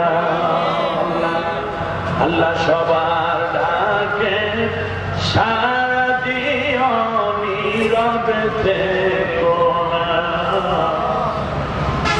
কৌশল করে লয়ে যায় সোনার মদিনা। রব্বুল আলামিন আল্লাহ তাআলা দয়া করে যতদিন দুনিয়ায় বাঁচিয়ে রাখবেন, তোমার কোরআনের হুকুম, নবীর পূর্ণ অনুসারী হয়ে জিন্দেগি যাপন করার তৌফিক দিও। শয়তানের ওয়াসওয়াসা থেকে বাঁচাও, বানাত সুরত থেকে বাঁচাও, শত্রুতা থেকে আল্লাহ তুমি আমাদের রেহাই দিয়ে দাও। রব্বুল আলামিন আল্লাহ তাআলা কোরআন এবং সুন্নাহর উপরে পূর্ণ অনুসারী হয়ে জিন্দেগি যাপন করার তৌফিক দাও। সওয়াব যা দিয়েছো লক্ষ কোটি গুণ বাড়াইয়া বিশ্ব নবী মুহাম্মদুর রাসূলুল্লাহ সাল্লাল্লাহু আলাইহি ওয়াসাল্লাম আল্লাহ তাআলা মক্কা মদিনা যাওয়ার জন্য পাসপোর্ট জমা দেওয়া শুরু হয়ে গেছে, টাকা জমা দেওয়া, আল্লাহ টাকাও জমা দিতে পারলাম না, পাসপোর্টও জমা দিতে পারলাম না। তাকাইয়ে দেখো বাবু, ভুইগার কাজী পাড়া যুব সমাজ কর্তৃক আয়োজিত মাহফিলে ওই মক্কা মদিনার পাগল যারা চোখের পানি ছেড়ে দিয়েছে নবীর মায়ের রওজার মায়ের খাবার, আল্লাহ তোর কাছে আরজ করি চোখের পানি বরকতে জীবনে একবারের জন্য হলেও তোমার ঘর আমাদের রওজা জিয়ারত না করাইয়া কাপড়ের কাপড় পরাইও না। নবীর পাশে আবু বকর ওমর সেখান থেকে নিয়ে জান্নাতুল বাকি জান্নাতুল মুআল্লা হয় তামাম দুনিয়ার মাটির নিচে যত মুমিন মুমিনাত সকলের আমার সওয়াব পৌঁছে দিও আল্লাহ। বিশেষ করে এই সুন্দর মাহফিলের আয়োজন যারা করেছে, টাকা দিয়ে পয়সা দিয়ে বুদ্ধি পরামর্শ পরিশ্রম দিয়ে দিন দিন করে যারা কোরআনের বাগানটাকে গুছাইয়া দিলে, বলতে এবং শুনতে আমরা যারা এসেছি জানি না কার মা নাই কার আব্বা নাই, মায়ের কথা কেমনে ভুলবো, 10 মাস 10 দিনের গর্ভ ধারণের যন্ত্রণা, সব বেদনার তীব্র কষ্ট, এরপরে 3 দিন করে মানুষ করে বলার জন্য মায়ের বিশাল সংগ্রাম। এক পর্যায়ে অসুস্থ হয়ে পড়েছিলাম, সব মানুষ ঘুমাইয়া গেছে, একটা মানুষ শিওরের কাছে বাতি জ্বালাইয়া সারা রাত চোখের পানি সেটা কাঁদতে আর চেহারার মধ্যে আদর করে হাত দেয়, কখনো গালের সাথে গাল লাগে, আর খেতে খেতে বলেছে মানে আমারে নিয়ে যাও, আমার জীবনের বিনিময় আমার সাজামুড়িরে বাঁচাইয়া দাও। পরীক্ষা দিতে যাইতাম, মা দোয়া করে দিতেন, পরীক্ষা দিয়ে ফিরে এসে দেখতাম মার চেহারাটা ফ্যাকাশে, ঠোঁট 2টা শুকনো। জিজ্ঞেস করতাম মা আসেন ভাত খাবো, মা বলতেন বাবারে আমি রোজার নিয়ত করেছি কারণ তোর পরীক্ষা চলে, আল্লাহ যেন পরীক্ষা ভালো করার দেয় দিতে পারো সেই জন্য রোজার মান্যত করেছি। আহারে পরীক্ষাও ভালো হইল, রেজাল্ট ভালো হইল, চাকরিও ভালো পাইলাম, বেতনও ভালো পাই, ভালো একটা ঘর উঠাইলাম, ভালো ফ্ল্যাট কিনলাম, কিন্তু যার মানাই কলিজার মধ্যে আগুন জ্বলে। মাকে একটা ভালো চাদর কিনে দেওয়ার আগে মাকে নিয়ে গেছো, নিজে দামি জুতা পরি, মাকে জুতা একজোড়া দামি কিনে দেওয়ার আগে মাকে নিয়ে গেছো, শাড়ি কিনে দিতে পারলাম না। আল্লাহ তোর নবী বলেছেন কোন নেককার সন্তান যখন মা বাবার জন্য কাঁদে, চোখের পানি নাকের ডগায় আসার আগেই তুমি মা বাবারে মাফ করে দাও। আল্লাহ তাকাইয়া দেখো ওই বাবাহারা সন্তান মাহারা সন্তান যারা চোখের পানি ছেড়ে দিয়েছে, প্রত্যেকের মা বাবাকে জান্নাতুল ফেরদাউস নসিব করে দাও। মরিয়া গিয়াছে যার মা ও বাপ, আল্লাহ তুমি তাদের গুনাহ করো মাফ। আল্লাহ তাআলা মা বাবা যাদের বেঁচে আছেন নেক হায়াত বাড়াইয়া দাও, খেদমত করে তোমার রহমত লাভের তৌফিক দাও। আল্লাহ তাআলা এই সুন্দর মাহফিলের আয়োজন যেই যুবক ভাইয়েরা করেছেন, এলাকাবাসীরা মিলে করেছেন, আল্লাহ আমি তো কিছু দিতে পারলাম না, রব্বুল আলামিন এই জায়গা দিয়ে গেছেন তোমার এক বান্দা কোরআনের মাহফিল হওয়ার জন্য। আল্লাহ তাআলা এই মাহফিল প্রতিষ্ঠা করে কোন কোন বান্দা দুনিয়া থেকে বিদায় হয়ে গেছেন। আল্লাহ তোর কাছে বড় আশা করে মুসাফির হাত পেতে আসি, কোরআনের খাদেম কোরআনের দায়ী হাত পেতে আসি রে মালিক। এই মাহফিলের সাথে সংশ্লিষ্ট প্রত্যেক মুর্দেগানদেরকে আল্লাহ তুমি বেকসুর খালাস করে জান্নাতুল ফেরদাউস বরাদ্দ করে দাও। আল্লাহ কোরআনের জন্য তোমার যেই বান্দা জায়গা ছেড়ে দিয়ে গেলেন, আল্লাহ তোর আরশের নিচে তোর বান্দার জন্য জায়গা ছেড়ে দাও রব্বুল আলামিন। কোরআনের মাহফিলের আয়োজক ভাইদের মধ্যে মুরব্বীদের মধ্যে অনেকে অসুস্থ, আল্লাহ কোরআনের বরকতে তুমি তাদেরকে সুস্থ করে দাও। আল্লাহ তাআলা অনেক ভাইরা বিদেশ থেকে দোয়া চেয়েছেন, আল্লাহ বিদেশের কোনো খারাপ খবর যদি শুনে ভাইরা অস্থির হয়ে যায়, মা বাবা অস্থির হয়ে যায়। আল্লাহ তাআলা কোরআনের বরকতে ওই প্রবাসী ভাইদেরকে আল্লাহ তুমি সব ধরনের দুর্যোগ থেকে, অ্যাক্সিডেন্ট থেকে, দুর্ঘটনা থেকে হেফাজত করো। আল্লাহ তাআলা তাদের কামাই রুজির মধ্যে বরকত দিয়ে দাও।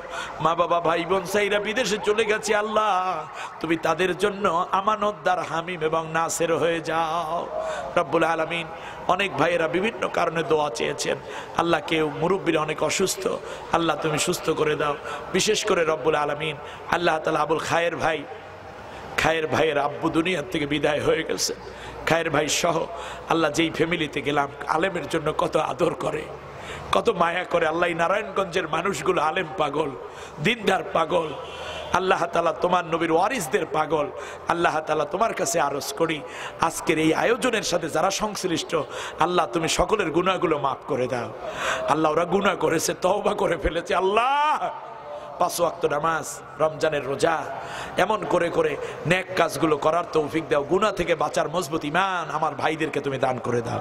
পর্দার আলে নারীরা হাত পেতেছেন, জানি না কার মা নাই, কার আব্বা নাই। বাবা থাকলে কতবার নাইয়ন নিতে আসতো, এখন কত ঈদ আসে যার বাবা কোনোদিন আর আসে না। আল্লাহ তাআলা তার আব্বুকে তুমি জান্নাতি করে দাও, মাকে মাফ করে দাও, স্বামী স্ত্রীর মধ্যে মহব্বত তৈরি করে দাও। আল্লাহ দাম্পত্য জীবনে সুখ দিয়ে দাও। যার সন্তান নাই, আল্লাহ বিয়ে হয়েছে কিন্তু সন্তান হচ্ছে না, আল্লাহ তুমি তাদেরকে নেককার সন্তান দিয়ে ভরপুর করে দাও রব্বুল আলামিন। যাদের মনে কষ্ট আছে, আল্লাহ তুমি কষ্টগুলো দূর করে দাও।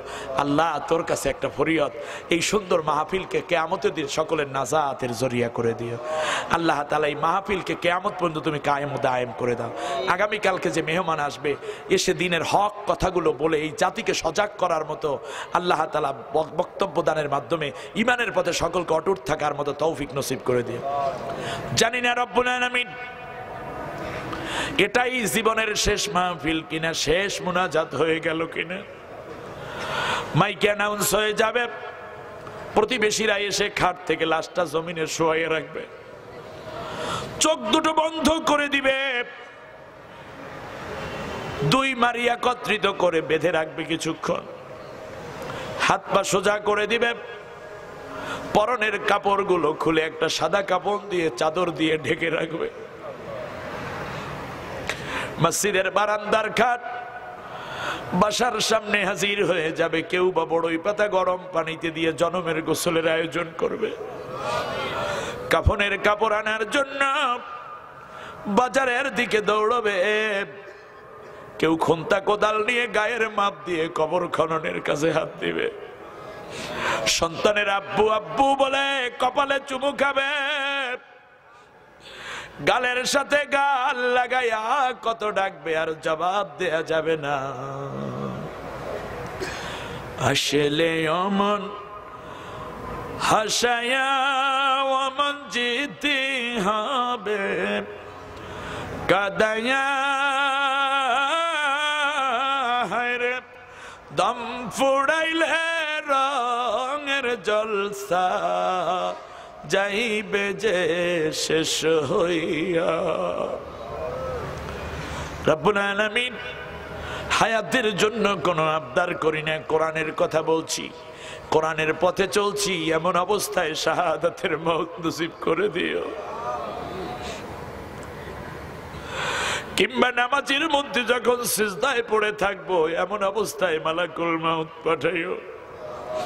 ইন্তেকালের সময় কলিজার টুকরা সন্তান কিংবা ভালো একজন আলেম দ্বারা সূরা ইয়াসিন কানে শুনতে শুনতে আরামের মরণ দিও। সাকরাতুল মাউত বড় যন্ত্রণার, ঈমান রাখা বড় দায় হয়ে যাবে। আল্লাহ ওই কঠিন মুহূর্তে নবীজির নূরের চেহারাখানা দেখতে দেখতে আসানের সাথে প্রাণ পাখি বের করে নিও। সকলের জবান থেকে আল্লাহ তুমি শেষ মুহূর্তে জারি করে দিও লা ইলাহা ইল্লাল্লাহু মুহাম্মাদুর রাসূলুল্লাহ সাল্লাল্লাহু আলাইহি ওয়াসাল্লাম। কেউ যদি কোরআন নিতে চান তাহলে গাড়ির কাছে যোগাযোগ করুন।